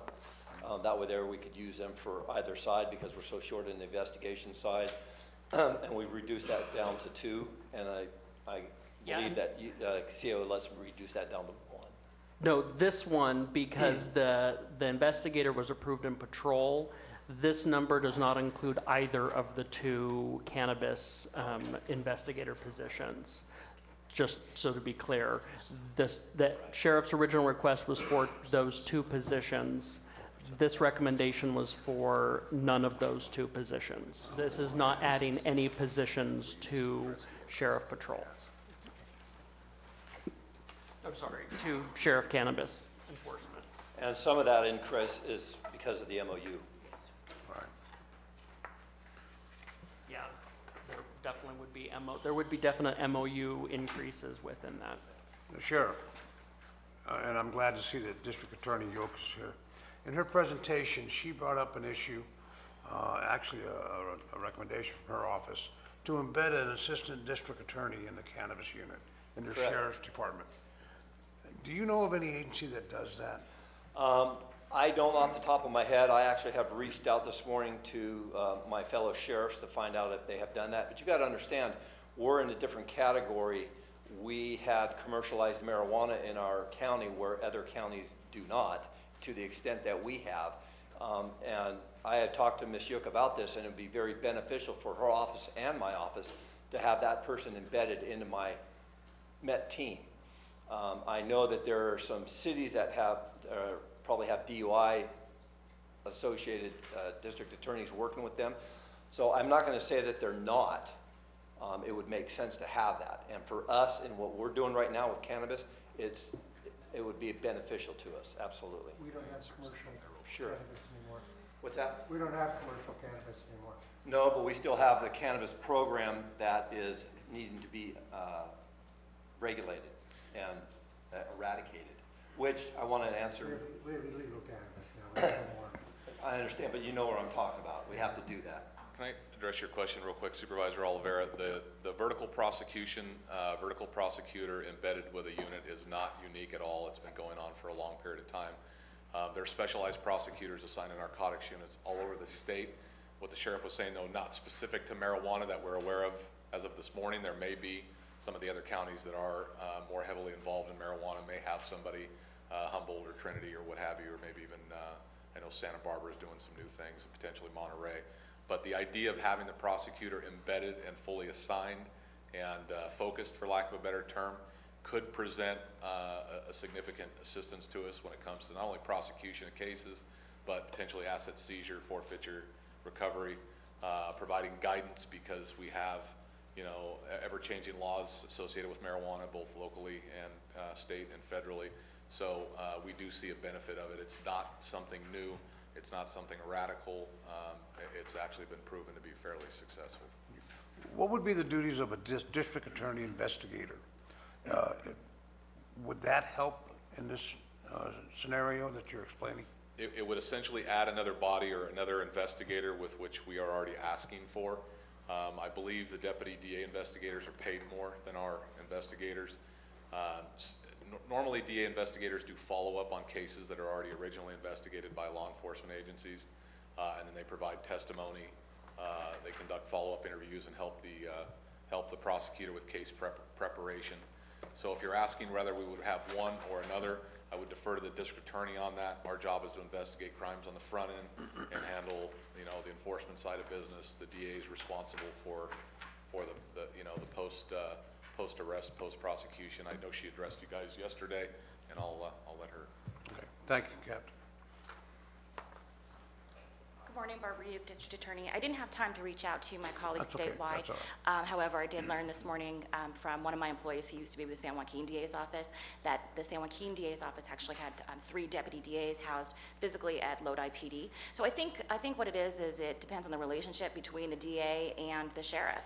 And we're very fortunate that we have a good, solid working relationship, you know, with trust and mutual respect. And I have no hesitation of assigning a deputy DA to work physically with the sheriff's staff and to be housed there. And when you get to my budget, you'll see that we did budget in additional costs for a background check for the deputy DA, should you decide to fund it, because then that's important to have a full post background done on that person, because they would be physically housed with the sheriff's office. And we actually did this a few years ago, I think it's 2012, that when the funding underneath one of their grants was greater, they actually funded part of a deputy DA. So my deputy DA was, I think, half-time housed with the sheriff's office at the Hubbardie building. And, you know, our recollection, right now it's anecdotal, but we did do a quick check on some of our asset forfeiture cases, and it was a huge year for asset forfeiture because of that integration, and because of, you know, the cross-pollination, because of the ability to build the cases from the beginning instead of us sitting back and being responsive to the cases that walk in the door after they're investigated. It was, you know, it's working together, and it did make a difference back then, if you recall. The reason I ask is I'm in the course of being a supervisor, we get numerous phone calls and emails regarding the district attorney's office and the prosecution and non-prosecution of cases, which is part of the whole game. I understand that. My issue would be, if we did something like this, how would it benefit the overall picture? And number 2, would there be any conflict in the investigation? As I recall, I've been out of the game for 3 or 4 years. If we had an investigation go to the district attorney's office and we needed more investigation, it was sent back to sheriff's office for investigation, for follow-up investigation. Is that procedure still current? Well, I think that depends on the case. It does depend on the case. It depends on the case. It depends on resources. I have one sworn investigator, and he does do the follow-up as he can, but he's one investigator. I do have my non-sworn investigator, and so we have increased our capacity to do follow-up investigation, but it depends on the case. If we can handle it, we do. If not, we send it back to the investigating agency and say, hey, you know, can you do this follow-up? Can you go get this piece of evidence, or do further interviews, things like that. So it depends. It depends on the case. It depends on capacity. But definitely, as the sheriff's office has been short, it's been hard on my office. As my office has been short, it's been hard on the sheriff's office. So it's a very symbiotic relationship. Okay, I wanted to get the sheriff's opinion on that, and thank you very much. Well, you got to remember too, Supervisor Oliveira, that having that DDA in our office, we're now into a process where all marijuana grows are going to be illegal. They're all going to need search warrants. So now we have that person in our facility to approve that search warrant, because they're the ones that have to prosecute it. So it's going to be a huge benefit to have them there, and like Ms. Uke said, doing the asset forfeitures on some of these places. So it is a win-win, not only for them, for the sheriff's office, but for the county as a whole. Now, taking aside the associated criminal violations, the actual enforcement of the marijuana ordinances, which prohibit any type of cultivation, are those criminal or administrative? Oh, they're criminal. And just to answer one of the questions that Mr. McManus asked, we're actually doing a marijuana grow today. Okay. So we're charging those as criminal cases and prosecuting them that way? Yes. Well, we're charging them that way. Ms. Uke is the one that actually does the work behind the scenes. Oh, we'll talk to her. Okay, I just want to make sure we have that information accurate. Thank you, Sheriff. And you feel with the numbers that we've got here in front of us, that's going to be able to work for the rest of the year? Do you want to look at this at mid-year? Yeah, absolutely. Sheriff? I'm sorry. Go ahead. No, that's fine, thank you. Sheriff, you know, but this budget, as we discussed at mid-year, and actually just a couple months ago, sort of it's sort of the accumulation of a compact that I think this board has with the community. Board decided to ban cannabis. We believed that it's important to enforce our laws. Obviously, the cannabis climate is changing rapidly for a variety of reasons, federal, state laws, market forces, things are changing. So my question is, you know, we've got this $1 million basically set aside for enforcement for this year. We're not going to have that money next year. We won't have any more cannabis funds. Will you be able to incorporate these bodies back into the patrol and investigations budget? And are you going to have the space available to do that? Absolutely. Because, I mean, it's one of the concerns I had with the district attorney yesterday is if we get over-specialized, the world is changing, and I want to make sure that we've got I mean, you don't hire a deputy that's just a cannabis guy. That wouldn't make any sense. Right. They have to prosecute lots of crimes, follow up and investigate lots of crimes. So if we didn't have this $1 million next year, we had to fold it back into patrol, how do you see the ebb and flow of your personnel? We're not going to run out of work. No, clearly. I'm wondering slots and bodies. Well, again, if you go back to 2006, 7, and 8 with and Mr. Toffenelli can reflect back on these frozen positions, we still don't have those positions. So if cannabis goes away, the 4 or 5 guys that I have in that cannabis program can absolutely move back over to patrol. That would bring my investigation unit back up to the 6 people that used to be there, where we're down to 2 right now. It's going to bring my patrol staff back up to the 26 that it needs to be. It'll let me put for solid 2 school resource officers in to make sure that our children stay safe. So we would not have a lack of work, and there's absolutely places to put them. And marijuana is not going to go away, so that program might not be considered a marijuana program, but we're still going to be going after that, along with the methamphetamine, the opiates, and everything else. Okay, I just want to make sure that we've got those spaces. Oh, yeah. Will probably be there because this $1 million will probably fall off your budget next year. Just give them plenty of runway. We can absolutely use them. Like I said, there's no lack of work. Okay, and the budget will be fine. Okay. I think too, the CAO, Measure C, we're still going to be collecting on the dispensaries. It was 430,000 last year? 600,000. 600,000 last year, and probably will be in that same range next year. So there will be still some income from Measure C.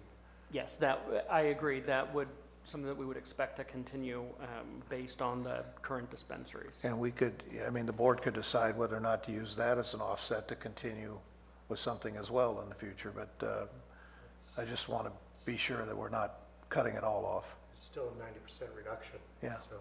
Yeah. It's a 90% reduction, but CAO and myself have had those conversations going into this budget cycle, where that money could be spent at, and this was one of the areas that we were talking about. So. Okay. Board Chair, I just wanted to clarify some of the things that were said about the enforcement of the ban being criminal, and certainly there are certain grows and certain pieces of enforcement of the ban that are being pursued criminally. But I did want the board, and I wanted to remind the board that the ban is also being civilly enforced through code compliance. So notices of violations are certainly being issued, and we have and are working on a new 8.06. We have a new 8.06, and we're doing updates to 8.06 to streamline the process for civil abatement. So I just wanted to make sure everybody was aware that when code compliance comes up, there is a piece of enforcement of the ban for them as well. If I could just, one other thing that was said that I think we should be very cautious of as a board is we're talking about enforcement of laws as revenue generators and asset forfeitures. And I think that while that is part of the business and that needs to happen, we cannot lead with that philosophy. If we start enforcing our laws as a way to balance our budget, that's going to be breaking the compact between the sheriff and the district attorney, and the community. So I want to be really careful about how we talk about that, because if suddenly, you know, the sheriff's got a quota to go collect 20 vehicles to sell to balance his budget, that's bad for everybody. And we're not getting there. I don't think anybody's proposing that, but as we talk about this, let's be careful about how we discuss. That's not our end game. Our end game is to enforce the laws that are I set understand. before It's us. just, that seemed like the path that we were heading down. I just don't want to go there. That's the old speeding tickets Right. quota. For the They sake don't want of, to be going there. for the sake of our staff, It's not quote. Chair, for the sake of our staff, Performance standards. Chair, for the sake of our staff, don't you think we ought to take a break? Well, I was trying to get through this portion of it before we took a break. Is there any more questions for the sheriff? Do we need to go through any more? You had requested to put up the, did you want the second cannabis budget, which Yeah, is? we should do that, but let's take a break for the clerk. We'll take a 15-minute break and then we'll come back. All right, we're back in session.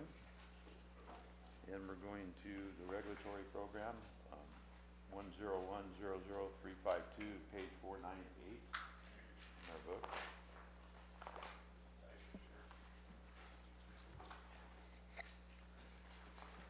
So going to the regulatory program again, this is, it's taking the place of what was the county-wide 1010 cannabis cannabis regulatory program.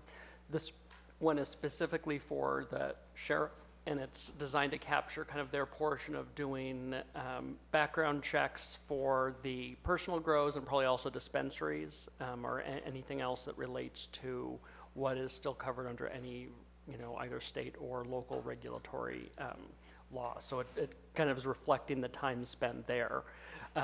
Those salaries should be a portion of salaries that were also included in the last unit that we looked at. Correct. Any questions? No? Were there any other sheriff budget units that the board would like to look at or review at this point? Yes, marine safety, next page. Okay. And then I think he's requesting some for dispatch, so we should.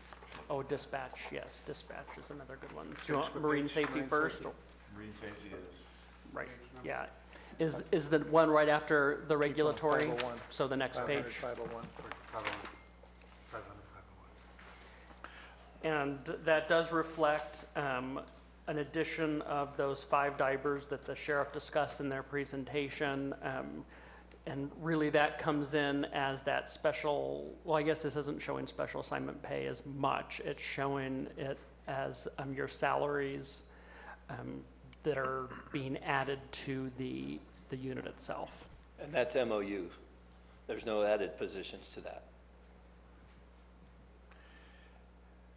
What portion of time typically per deputy do you know that goes into that? Because obviously that's not or it doesn't look like a person. It looks like it might be a portion of time if you're adding 5 of the, or requesting to add 5 divers. Well, the wages are the 2 people that we have assigned to that department. And then the addition of the 2.5% per the MOU for the guys that are on the dive team, and the additions that are going to be going on to the dive team to replace the ones that have left. So, but there's really no additions to that unit. What I have highlighted here is under revenues, year to date was 72,000. We forecasted 205. It looks like they forecasted 325. 325. Well, no, last year's budget. This, the budget year we're in, we've only accumulated 72,000. We forecasted 205. And next year we're looking at increasing that to 325.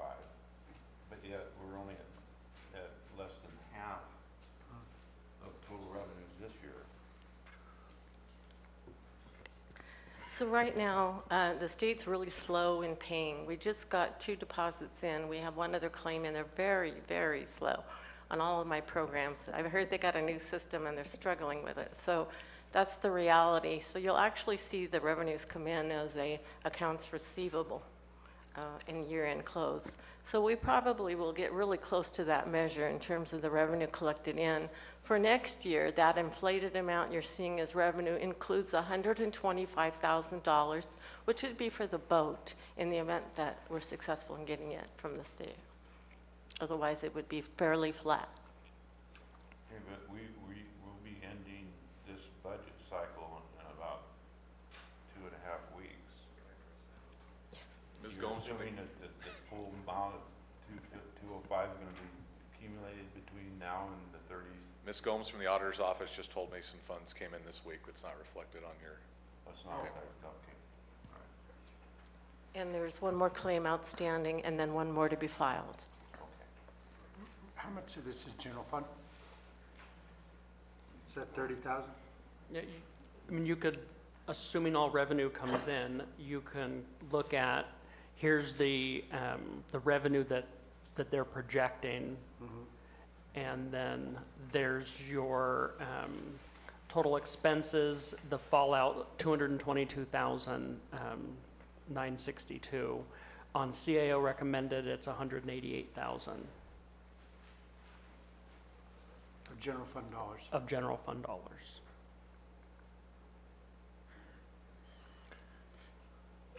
The reason that I wanted to discuss this has to do with Lake Tulloch. It is the only lake that we're not being reimbursed for in the system.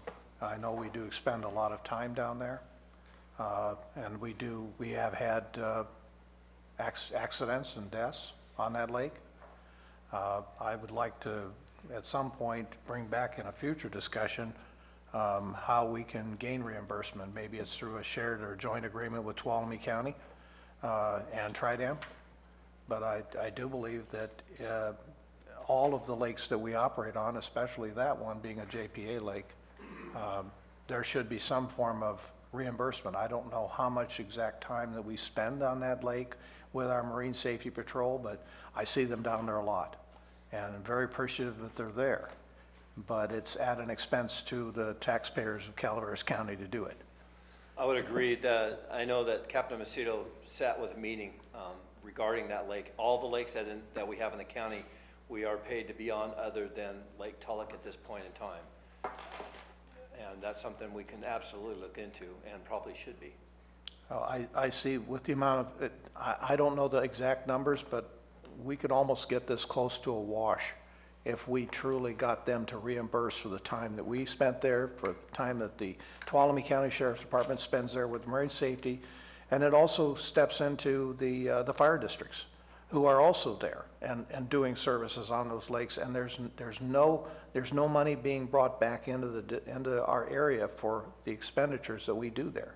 And it is probably the busiest lake that we have in the county as far as accidents and anything associated to the water. And we're seeing as high as 180 boats on that tight little lake on a given weekend, a high weekend, which is just something waiting to happen. And you know it has happened. So it's very unfortunate, but the only way that we're going to get some parity here is to, I think, push the discussion with Tuolumne County, with Tridam, to say that we're all got to be in this together, and it just can't be a continual expense to the taxpayers of this county. Hey, we're behind you.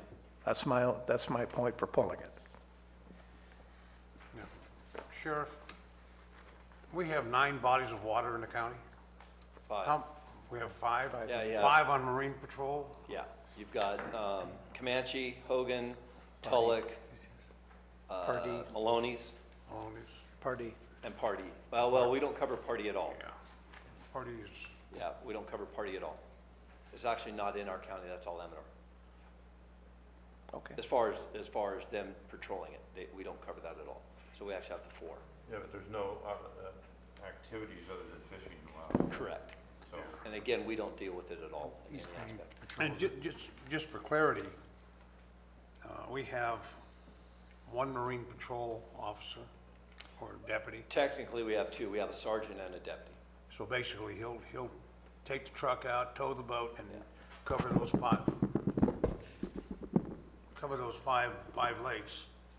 But just what Supervisor Mills says, you're getting the most activity on Lake Tulloch, so I would probably support talking and getting some type of revenue stream out of that. You're talking about try down? Yes. Yeah, I think it needs to be a future discussion, but we're looking at the budget right now, and we're saying, you know, we're spending all of this money. A lot of it is being spent on Lake Tulloch, but there's no reimbursement. The only way we're getting it back is general fund dollars, tax dollars. That is not being fair to the rest of the county, and I don't think it's being fair to them. If we actually knew how much we were expending out there and were properly budgeting for it, we could probably put one person out there on a weekend and guarantee the whole weekend. They know when we're there and when we're not. And so if we can guarantee that we're going to put people out there and expend the funds and have it come from the people who are creating that potential. Well, we'd be in the same category then as we are with Maloney's, Hogan and Comanche, where they have somebody assigned to that lake and that's where they're at. Correct. So, and that in itself, the presence would cut down hopefully on accidents, DUIs and everything else. I'm just starting the conversation. No, and I agree with you 100%. And is there any requirement through state grant money that we have to provide X number of hours of patrol on any certain body? No. So it's totally our department's discretion? Yes. Okay, all right. And we do get funds from Boating and waterways. boating and waterways for. That's where we're getting the boat. Yeah. Once you guys approve it. I've got one more thing, Sheriff. It's not marine safety though. I want to talk about the Bearcat a little bit. Okay. You know, yesterday we had a $400,000 budget on there, 150 from 443, 50 from Friends of the Sheriff's Office, and then we were going to kick in the other 200. Right. Are you open to the idea of maybe we put together a little financing package on this to take this over some time? For example, we put forward the money so you could put the purchase in and get this thing going as soon as possible, because I agree with you that it's needed. But I also trying to offset our capital expenditures, and so maybe we could do this in next year or over the course of the next 2 years, reimburse that account, whatever account we decide is appropriate, using 443. So you get this thing on, but also we get to keep our revolving fund for the next capital thing. And I'm actually in agreement with that. I know I talked to CA Lutz about it, and we talked about maybe using one-time teeter funds to do that 200,000. And I don't have a problem with working through my bookkeeper here on coming up with the monies somewhere. That's an item that I believe we need. I would really, like Captain Macedo said yesterday, I really would like to see it given us the ability to order it now, because it is a year out. It's 300 days out. And that's from, you know, probably a couple of months ago or a month ago that we talked to them. It might even be further than that now. So I'm absolutely willing to do that. Right, gladly pay you for a hamburger tomorrow today. It's backwards, but I understand It is. exactly. So can we, so if the board is interested, we could ask you guys to sit down and figure out the appropriate place to loan the funds out of, and then appropriate terms for repayment. I believe the normal terms is about 6%, and we can't loan money at 6% or get money at 6%. So, you know, if we could do that and we could spread this out over 3 to 5 years, it would give you the immediate that you need.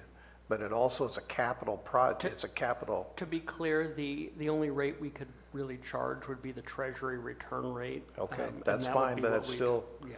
the point is that we'd still be getting something back for doing it. And to be able to spread a capital expenditure out like that over time is much more valuable than trying to take a one-time hit. So I would just assume we don't take a one-time hit. Spread it out, 3 to 5.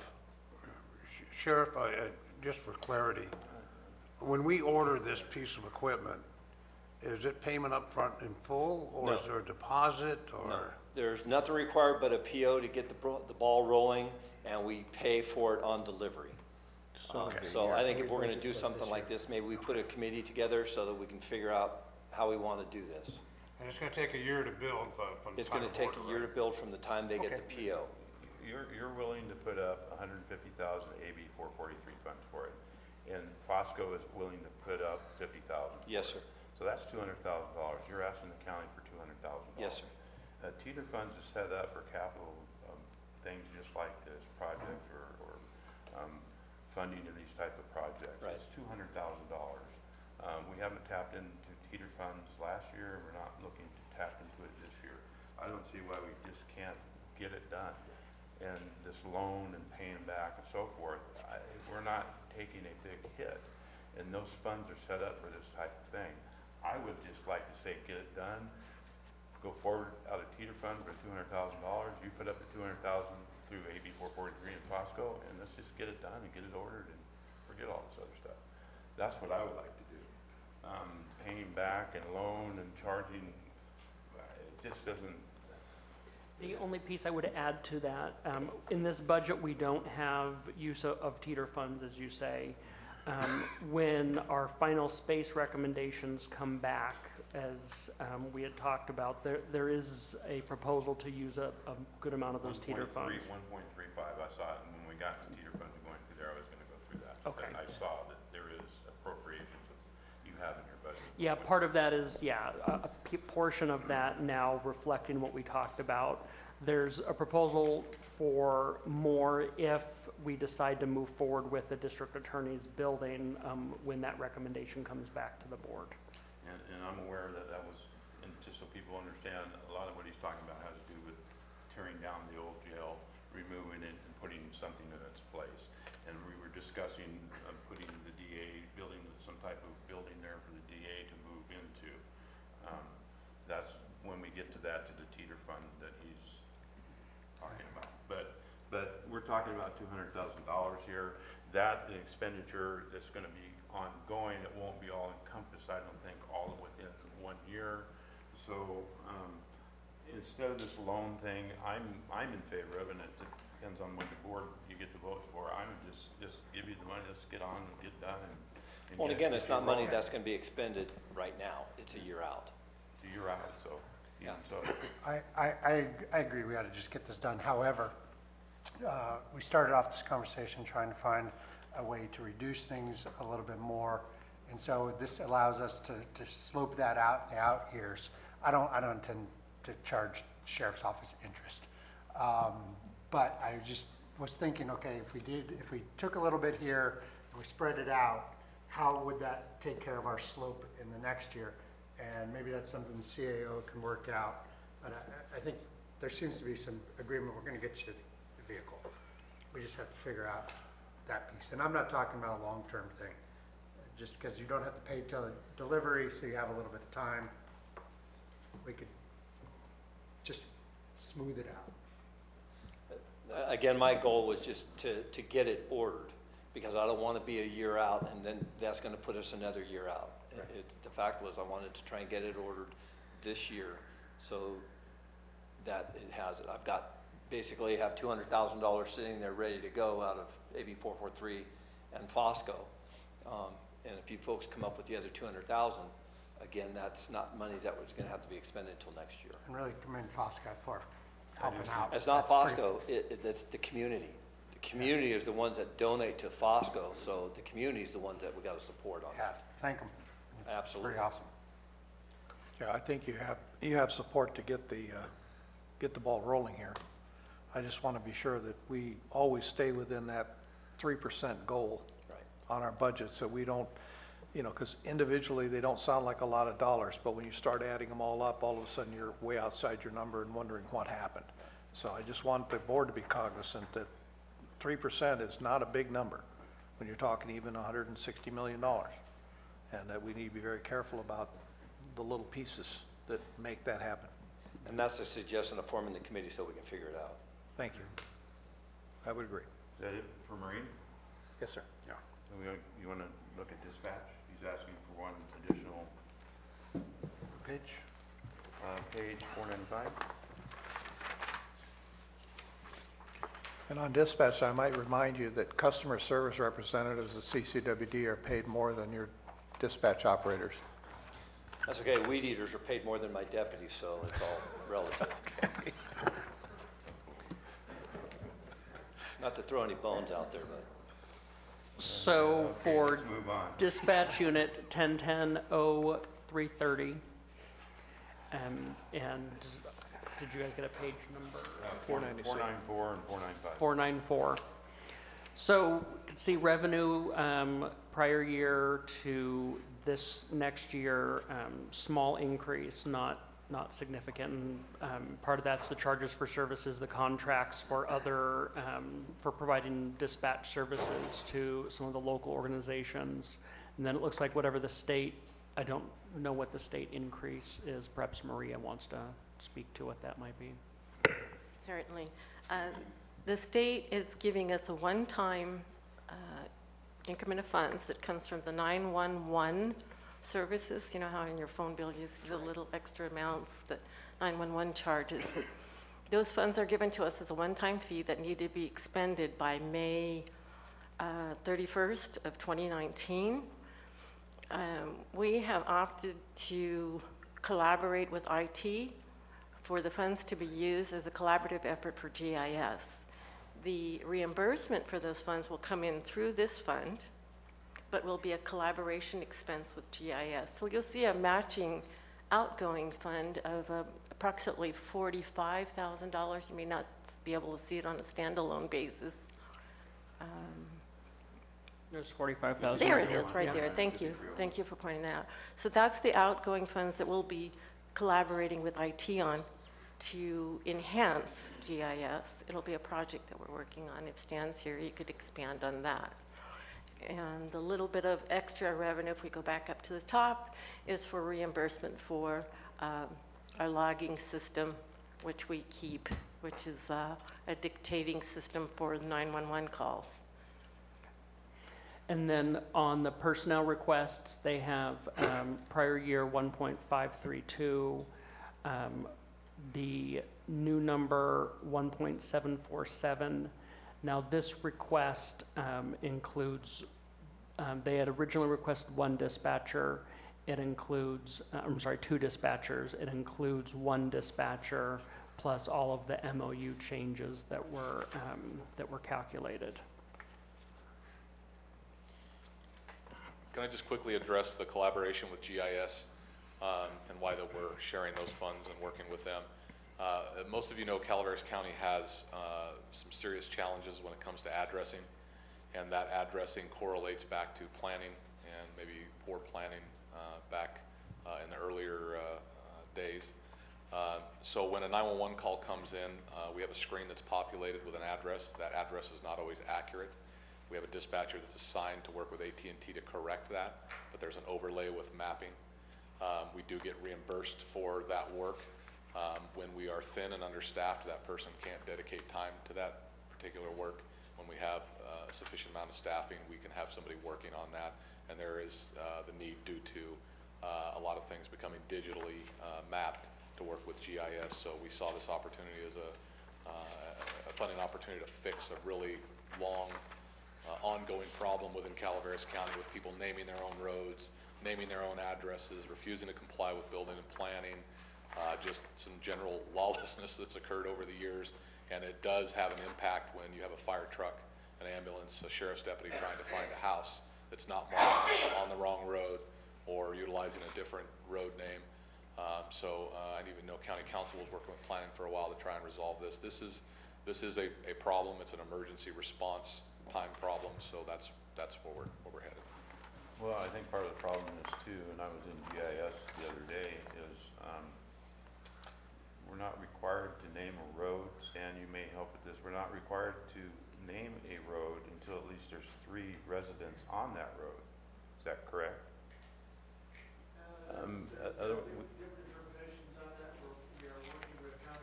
Yeah, come on up here and speak, because there's a lot of roads out there that there's only 1 or 2 residents on, that there's no name, so there's no address for it. Yes, we're working with county council to clarify that. There are different interpretations of that, but to your point, there are many instances where there are private driveways. And the residents may even have a street sign up that says this is Smith Lane, but it is not recognized as a county road. So part of our cleanup process is getting clarification in terms of how many residents or even how many parcels that are on a private driveway, and at what point do we say that is no longer a driveway? You can't have your mailboxes out on the county road, and you have to turn that into a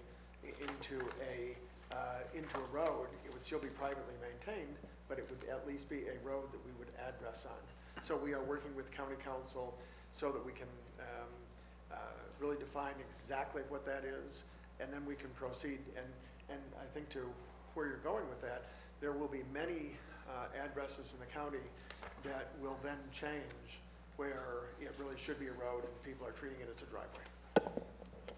Any other questions on that? You speak to something that's been going on for a long time in this county. Yes, sir, it has.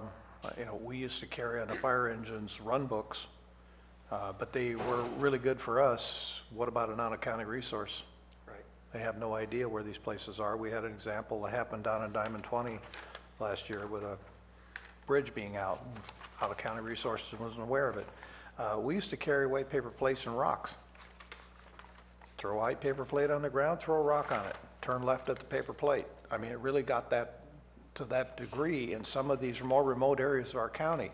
And I don't think people realize how much danger they're putting themselves in by not being able to have a clean address that can be found quickly. Fully agree. So I applaud the effort to try to coordinate with GIS, and so that, you know, we need to get resources where they need to be. It isn't a matter of driving to the smoke in the sky.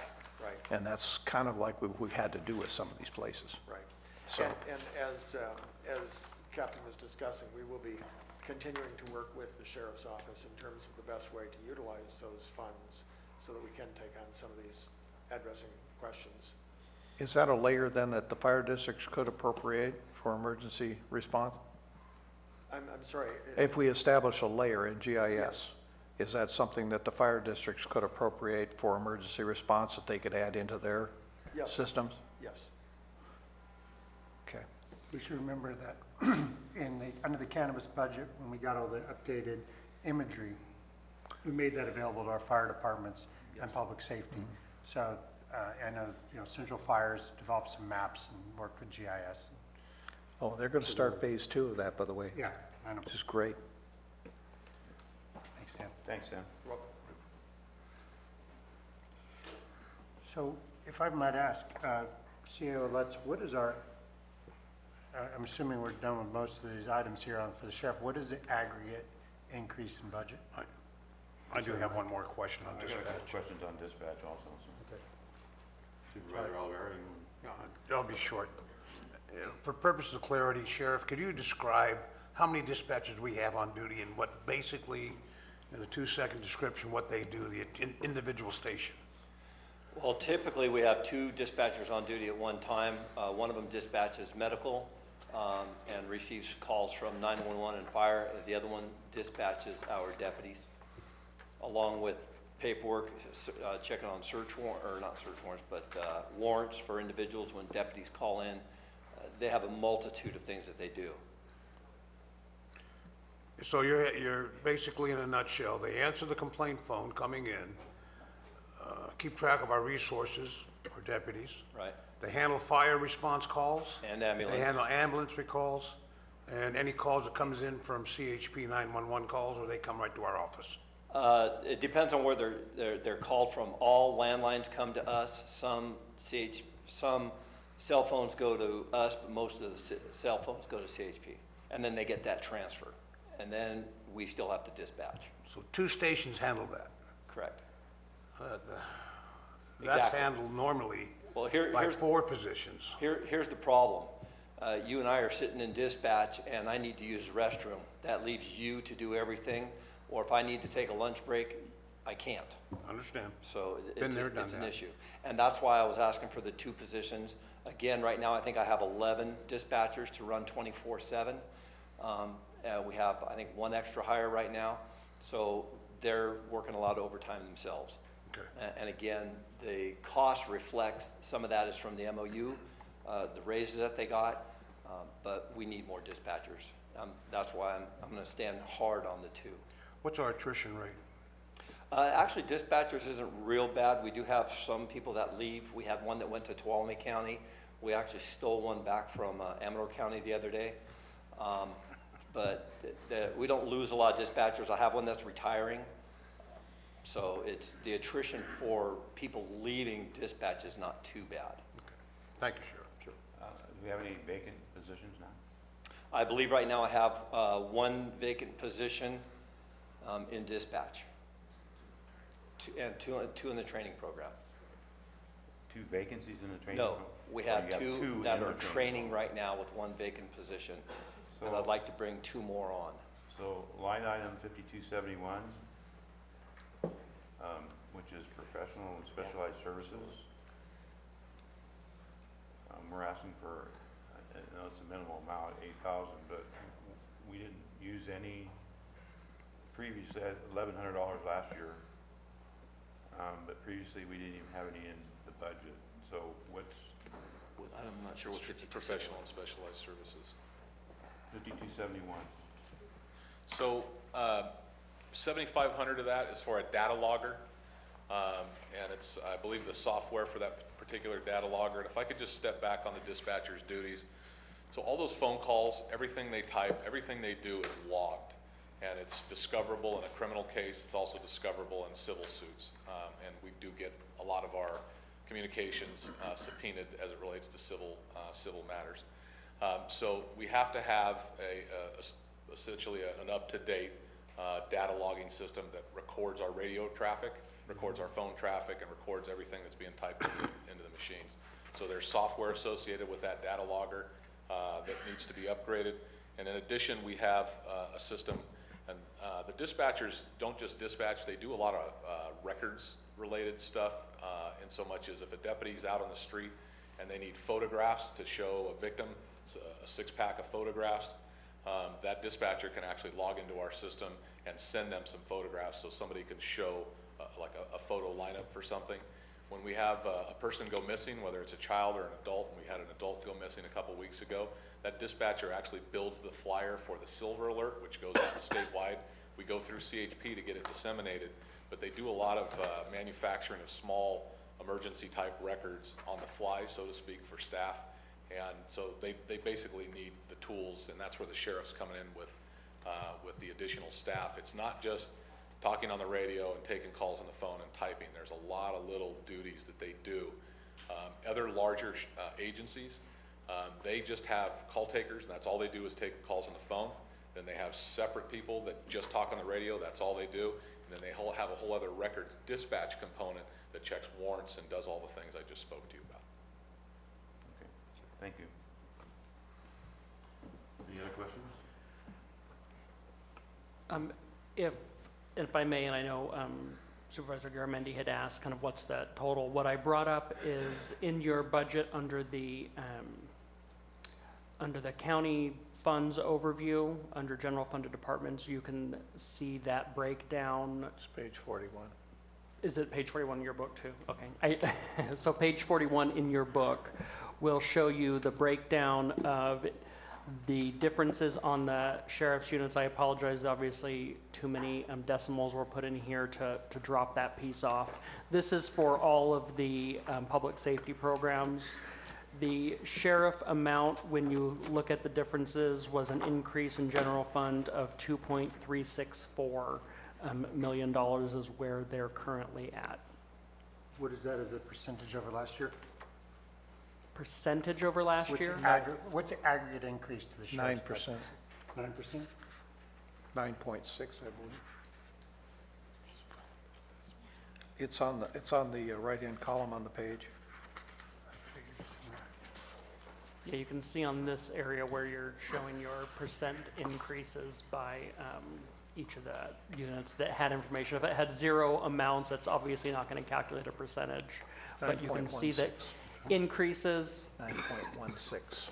But also on page 41, you can look at it across. Sheriff Patrol is a 29% increase.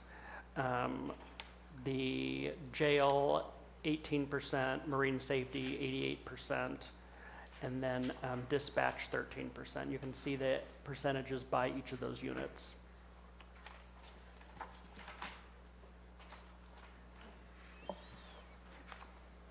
But that does include probation as well as coroner and everybody in that. Yes, that's why I that's said lumped this number together. down here is not including the fact that up here you have other units that have increased.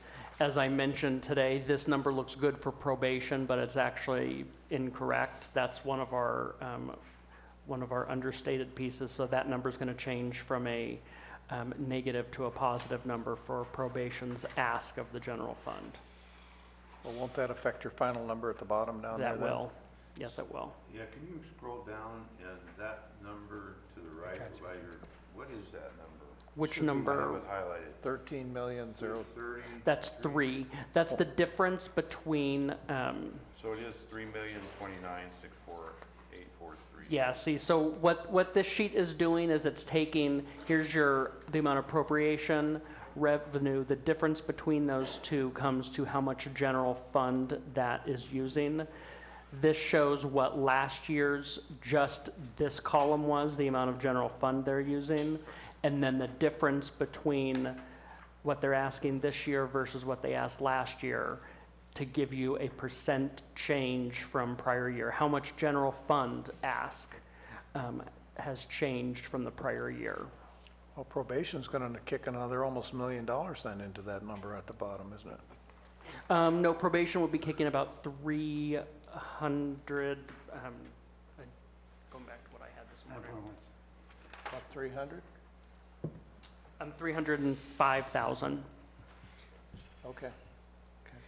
Can I just grab the board's attention on a quick important matter here before I sit down, hopefully for the last time?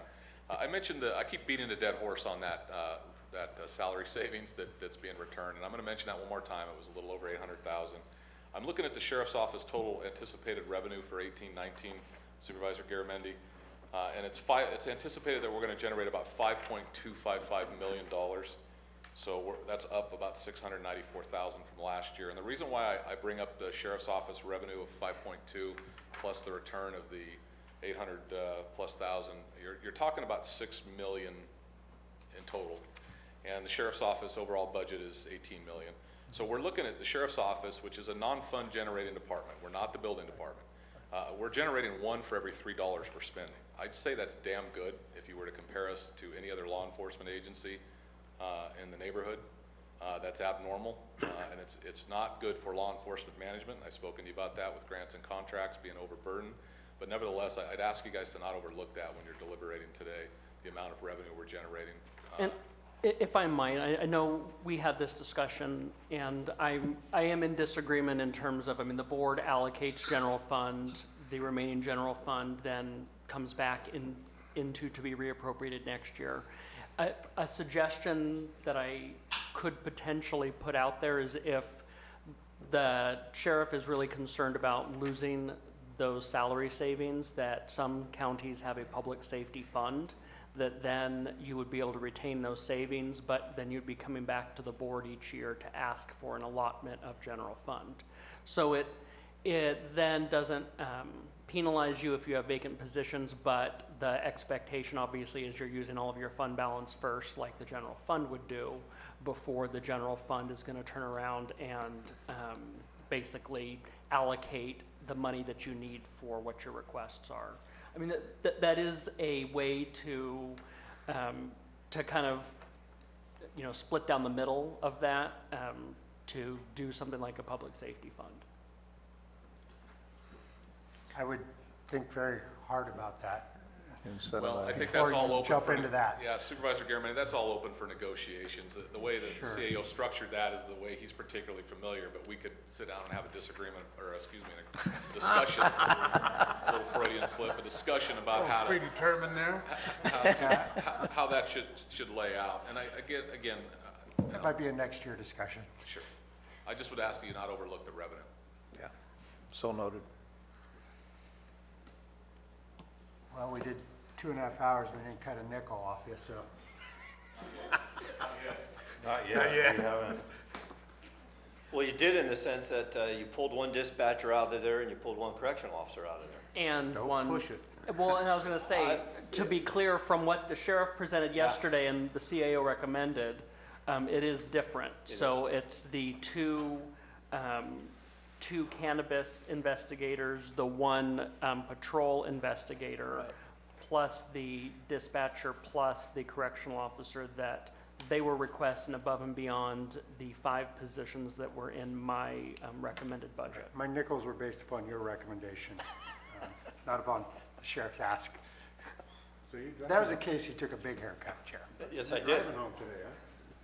Trying to keep our community safe, Jack. So, do I hear any recommendations? Do I hear any motions on anything we discussed about as far as what the CAO recommends, what everybody feels is adequate?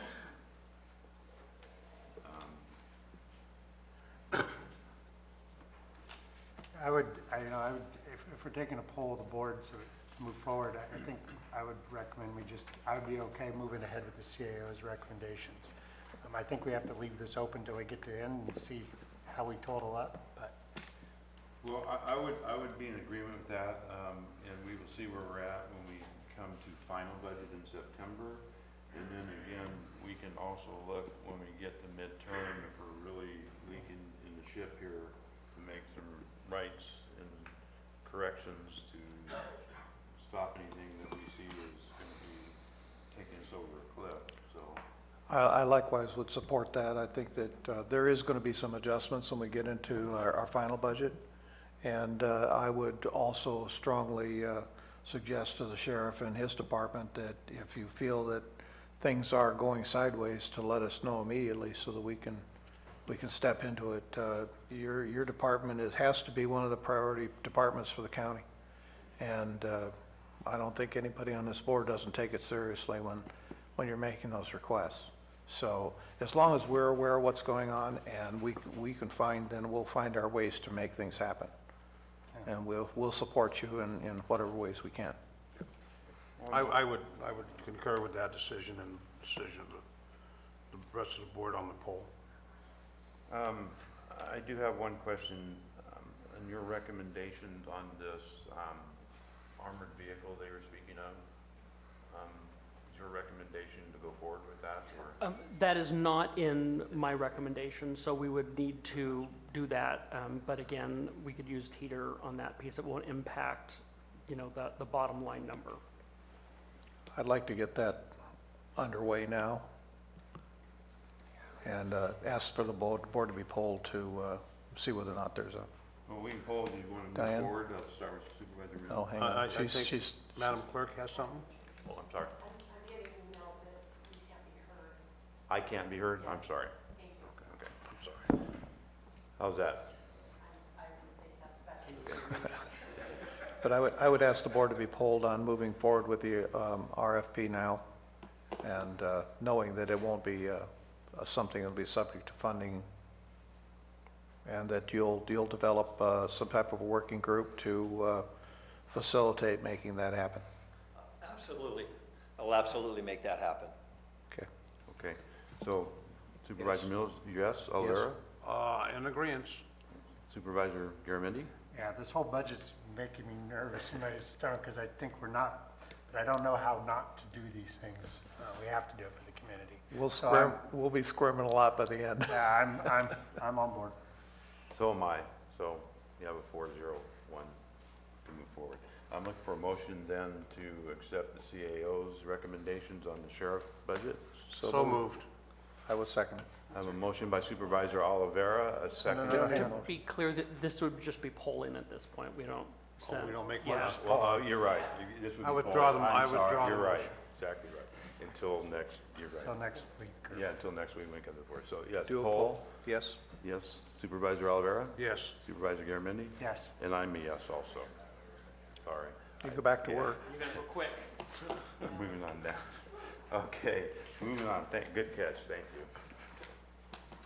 The clerk almost tackled And me. this will be coming back to us for At this point, this would be coming back on the 26th. okay, is for our final approval. Yes, that's the final adoption. After you make the adjustments we talked about today. Chair, can we move to probation? You want probation? Sure, we can move on to probation. Oh, okay. The reason that I'd like to bring this up is the day reporting center. I know that has been an issue that even back before I was elected to this board, you have been talking about on a regular basis with previous boards.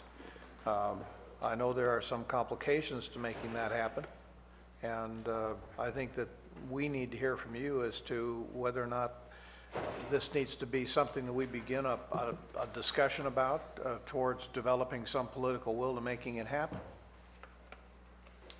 Sure. Can you guys hear me okay?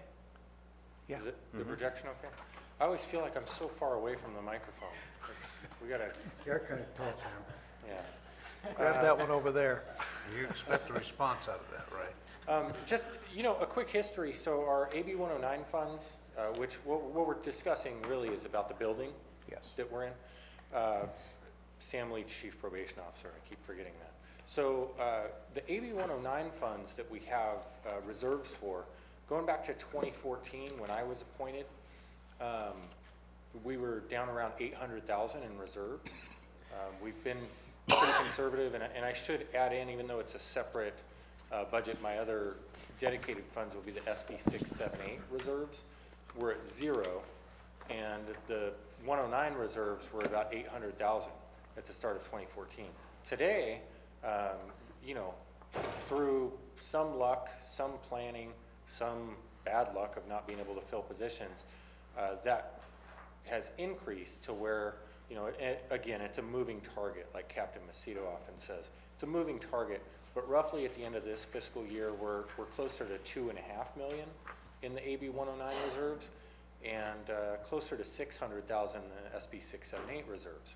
So it's built up, and in addition to that, it looks like we will get a one-time growth payment this fall that's substantially bigger than we were expecting.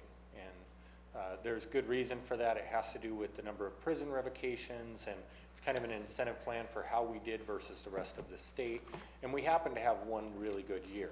So from the January projections and the governor's initial budget to the May revision, it's a substantially different number. That said, that number isn't final until the fall, so it could be adjusted, but I don't think it'll be adjusted.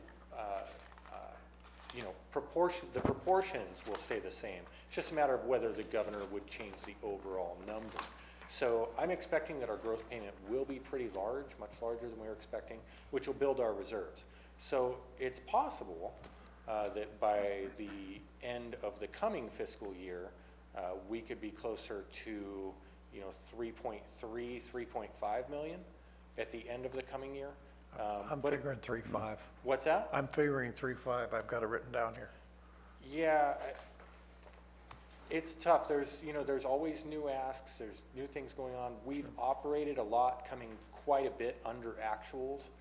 Our actuals have come in quite a bit under projected for many years. Some of that just has to do with coordinating hiring and how underpaid we were. I think the new contracts and some of the things that HR has been doing to help recruiting, I'm optimistic. We are getting closer to being more fully staffed throughout. So our actuals could, track a little closer. So anyways, where I wanted to go with that history is, yes, we've banked some money.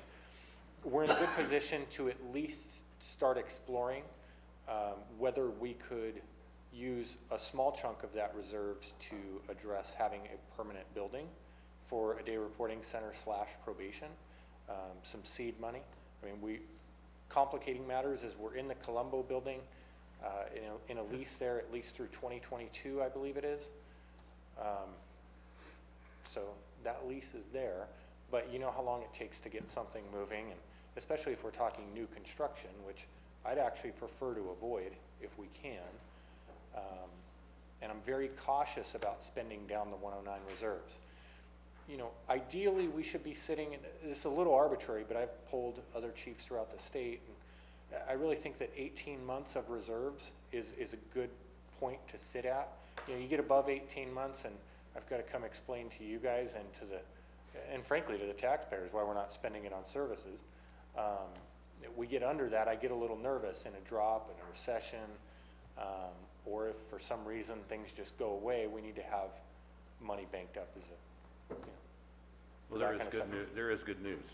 The DA's offices could be open within a year or two. I really appreciate you bringing that back up. I know DA Duke does. And we'll change the tires on it before we move it over. Hey, that's great. I'll abstain from more jokes. So anyways, it's kind of a nice problem to have in that there should be some money coming in. We should be at pretty good reserves. I want to be a little bit cautious, and I want to be smart that if we do explore a permanent solution, I want it to be the right permanent solution. Yes. You know, I want it to be something that outlives my career, that's really perfect. Because probation has historically, don't jump up now, Barbara, but probation has historically been kind of imperfect. We've moved around a lot. You have moved around a lot, and you were split, and so. And yes, so, I agree with you, Sam. Thank you, in making it a more professional department, and moving toward arming, and some of the things that we've done in trying to move more toward being a very balanced approach and a more law enforcement side to us. We really should be in a secure building, preferably not right there in the middle of downtown. So there's things to explore. And I'll entertain questions on that, but I thank you for bringing that up. I know you wanted me to delve into that. So there's the history. We know that it's San Andreas, and there's not a lot of options available to us to just, be ready to move in somewhere and throw some money down. So it's complicated. Well, Sam, the point is that 4 years comes up very quickly.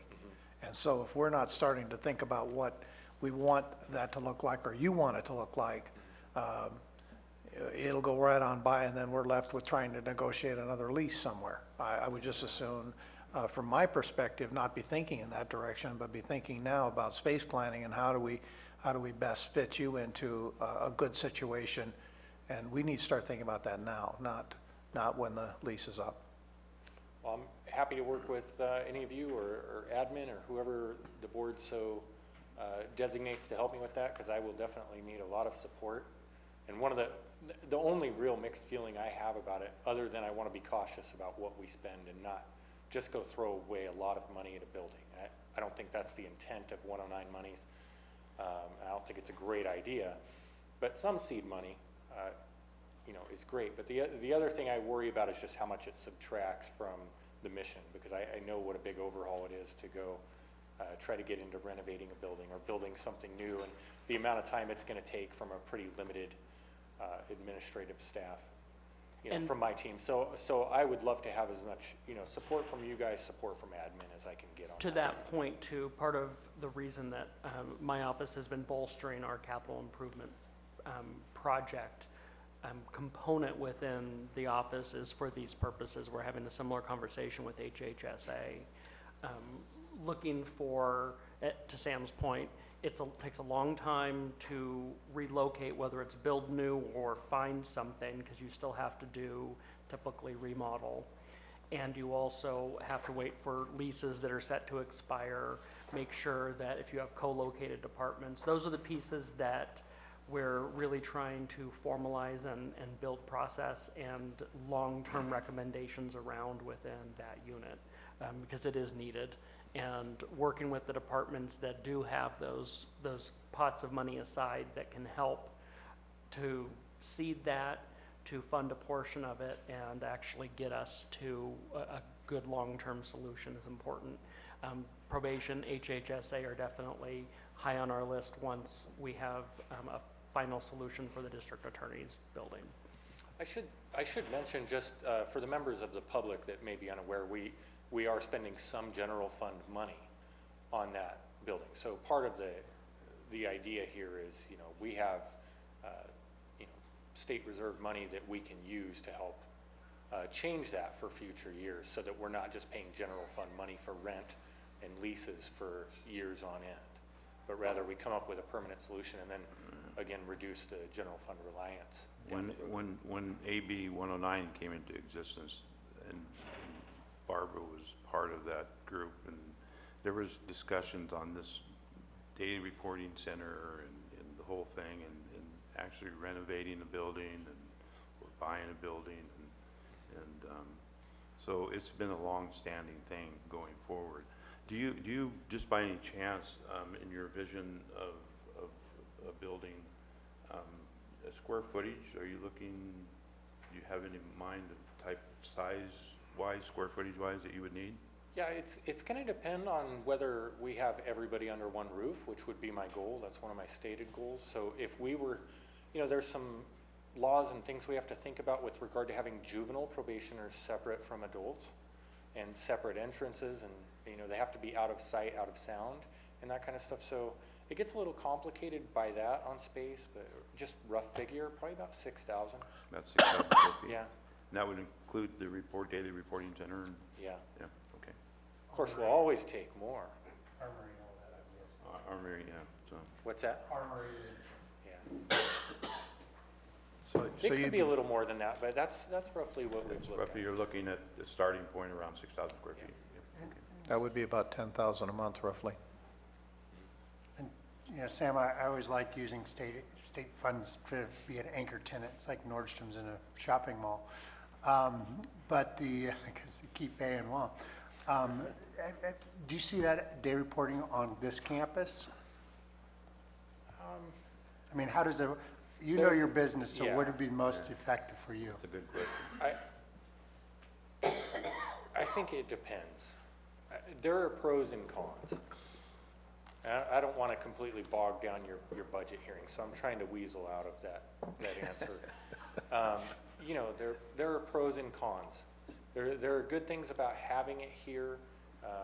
At the same time, as I'll often say, sometimes it's best when probation lurks in the shadows. You know, we don't always need to be so out in the open and getting in the way of other services. You know, I like us being a little bit removed to an extent. I like us to be close. I like us to be accessible to the courts and to everybody over here. But we don't necessarily need to plant our shop right in the middle of government center. For obvious reasons. I mean, we're working with some, dangerous folks. We get it, And, Sam. yeah, okay. Thanks. Any other questions? No? Thank you, Sam. Can I bring up a couple things on that, or are you gonna go through line by line? No, you can bring up what you want. Go ahead. Okay, just, something my analyst caught for me in the break. The 48,000 we were referring to earlier in the 6, 7, 8 funds that didn't make it into the probation budget, apparently it's in the 109 side. So the revenue got moved into the 109 side. So the draw from 6, 7, 8 wouldn't go into the CCP 109 budget, it would go into the probation budget instead. Okay. So I think that It's just a got, net, I mean, it ends up netting, but it just needs to be budgeted in the yeah, correct but I spot. mean, is they're that- completely separate, so we Yes. definitely need to Correct it, yes. have that moved over. And I think Krista is aware of that. I think Mike might have communicated that to her. Okay. And the other thing, just a quick, so our salaries and wages, our total salaries and wages, with the new agreements and everything, went up $130,000 for this coming year. I'm asking for a general fund increase total of 83. So we didn't ask for any new positions. We didn't even ask for all of the money. We're using the people who are in positions that can be paid by dedicated funds. They're being paid by that. We're even picking up some extra at the request of admin. So I just want to highlight that. We didn't come in asking for any new positions. We're not asking for any substantial increases. I know the accounting got a little off with our new budget software and the headaches we were expecting. But it's really, we're just asking for the county general fund to pick up a portion of the increases that we're hoping are. Sam, you actually asked for less than the CAO recommended. I don't know if I don't think that's true. Is that true, CAO?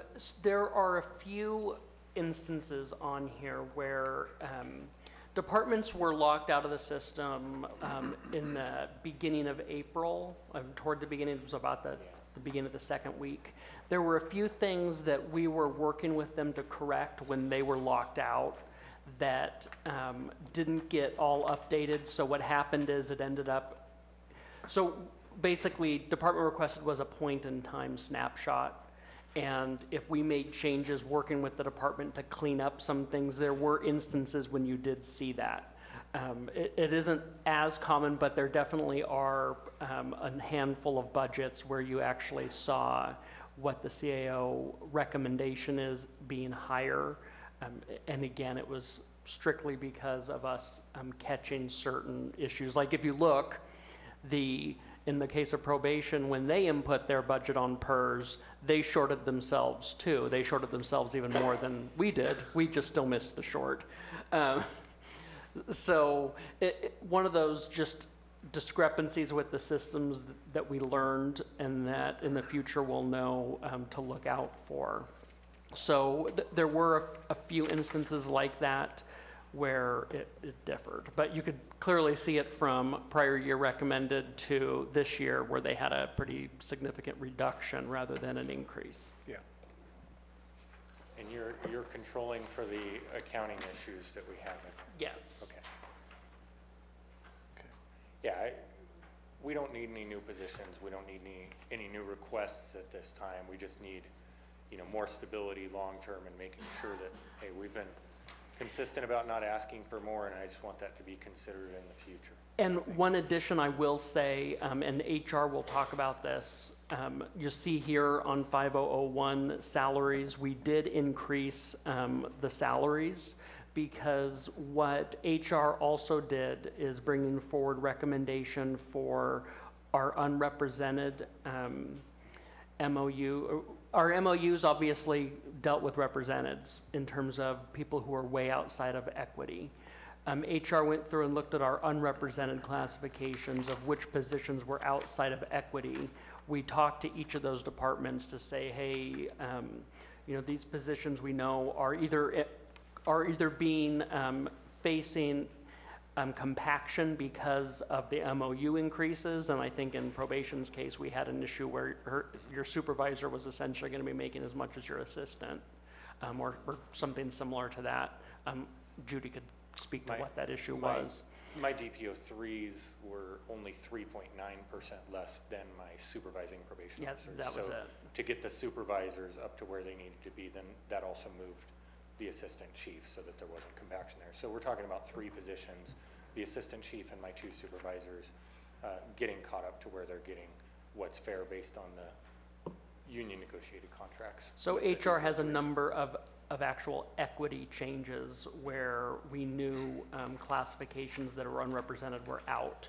And again, we followed the same rules that we did with our represented units, which was whoever was the farthest out, or if there was a compaction issue, those are the ones that we focused on to try and bring them closer to parity. And I will say that those 3 positions that we just referred to, that we were asked and agreed to do a bigger draw on our 6, 7, 8 reserves to cover that difference in its entirety. Thank you. So I want to go back to when you first spoke. You're saying that the discrepancy in the $328,000 is appearing in the 101-00510 budget? No, it was a portion of, okay, so on page, I believe it's 406. 406? On the 340 budget. 407 Oh, for you. 407, yeah. Okay, 407. So we're on 407 now. Yeah. So on 407, there were the 3 changes that I went through, that I walked the board through earlier. These 3 lines. That's where the larger amount of money is. But then also on page 407, for the 4721 transfer from designated fund, for the 4721 line item. Yeah, there we are. There should have been an additional 48,662 pulled into there. But instead, it was pulled into 4721 on the 51 budget, on the 109 budget. So it just needs to be moved from, what page is that? 410? Thank you. So it should be pulled from what's on 410. That same amount should be reduced there and then brought over to 407. Hopefully that makes So sense. your day reporting, yeah. Yeah. All right. So that's why I said ultimately it's still a wash because the 48's going to fall out somewhere. In this case, it's reducing 1 unit and it shows up and then it's reducing another unit. Yeah, but for line item and distinguishing between the unit, it needs to be moved over, so we take out of that line item. Yeah. Otherwise, Rebecca's gonna, so, okay. We just got locked out too early of OpenGov. So, well, next year, hopefully, a little more streamlined. Yes. Thank you, Sam. Okay.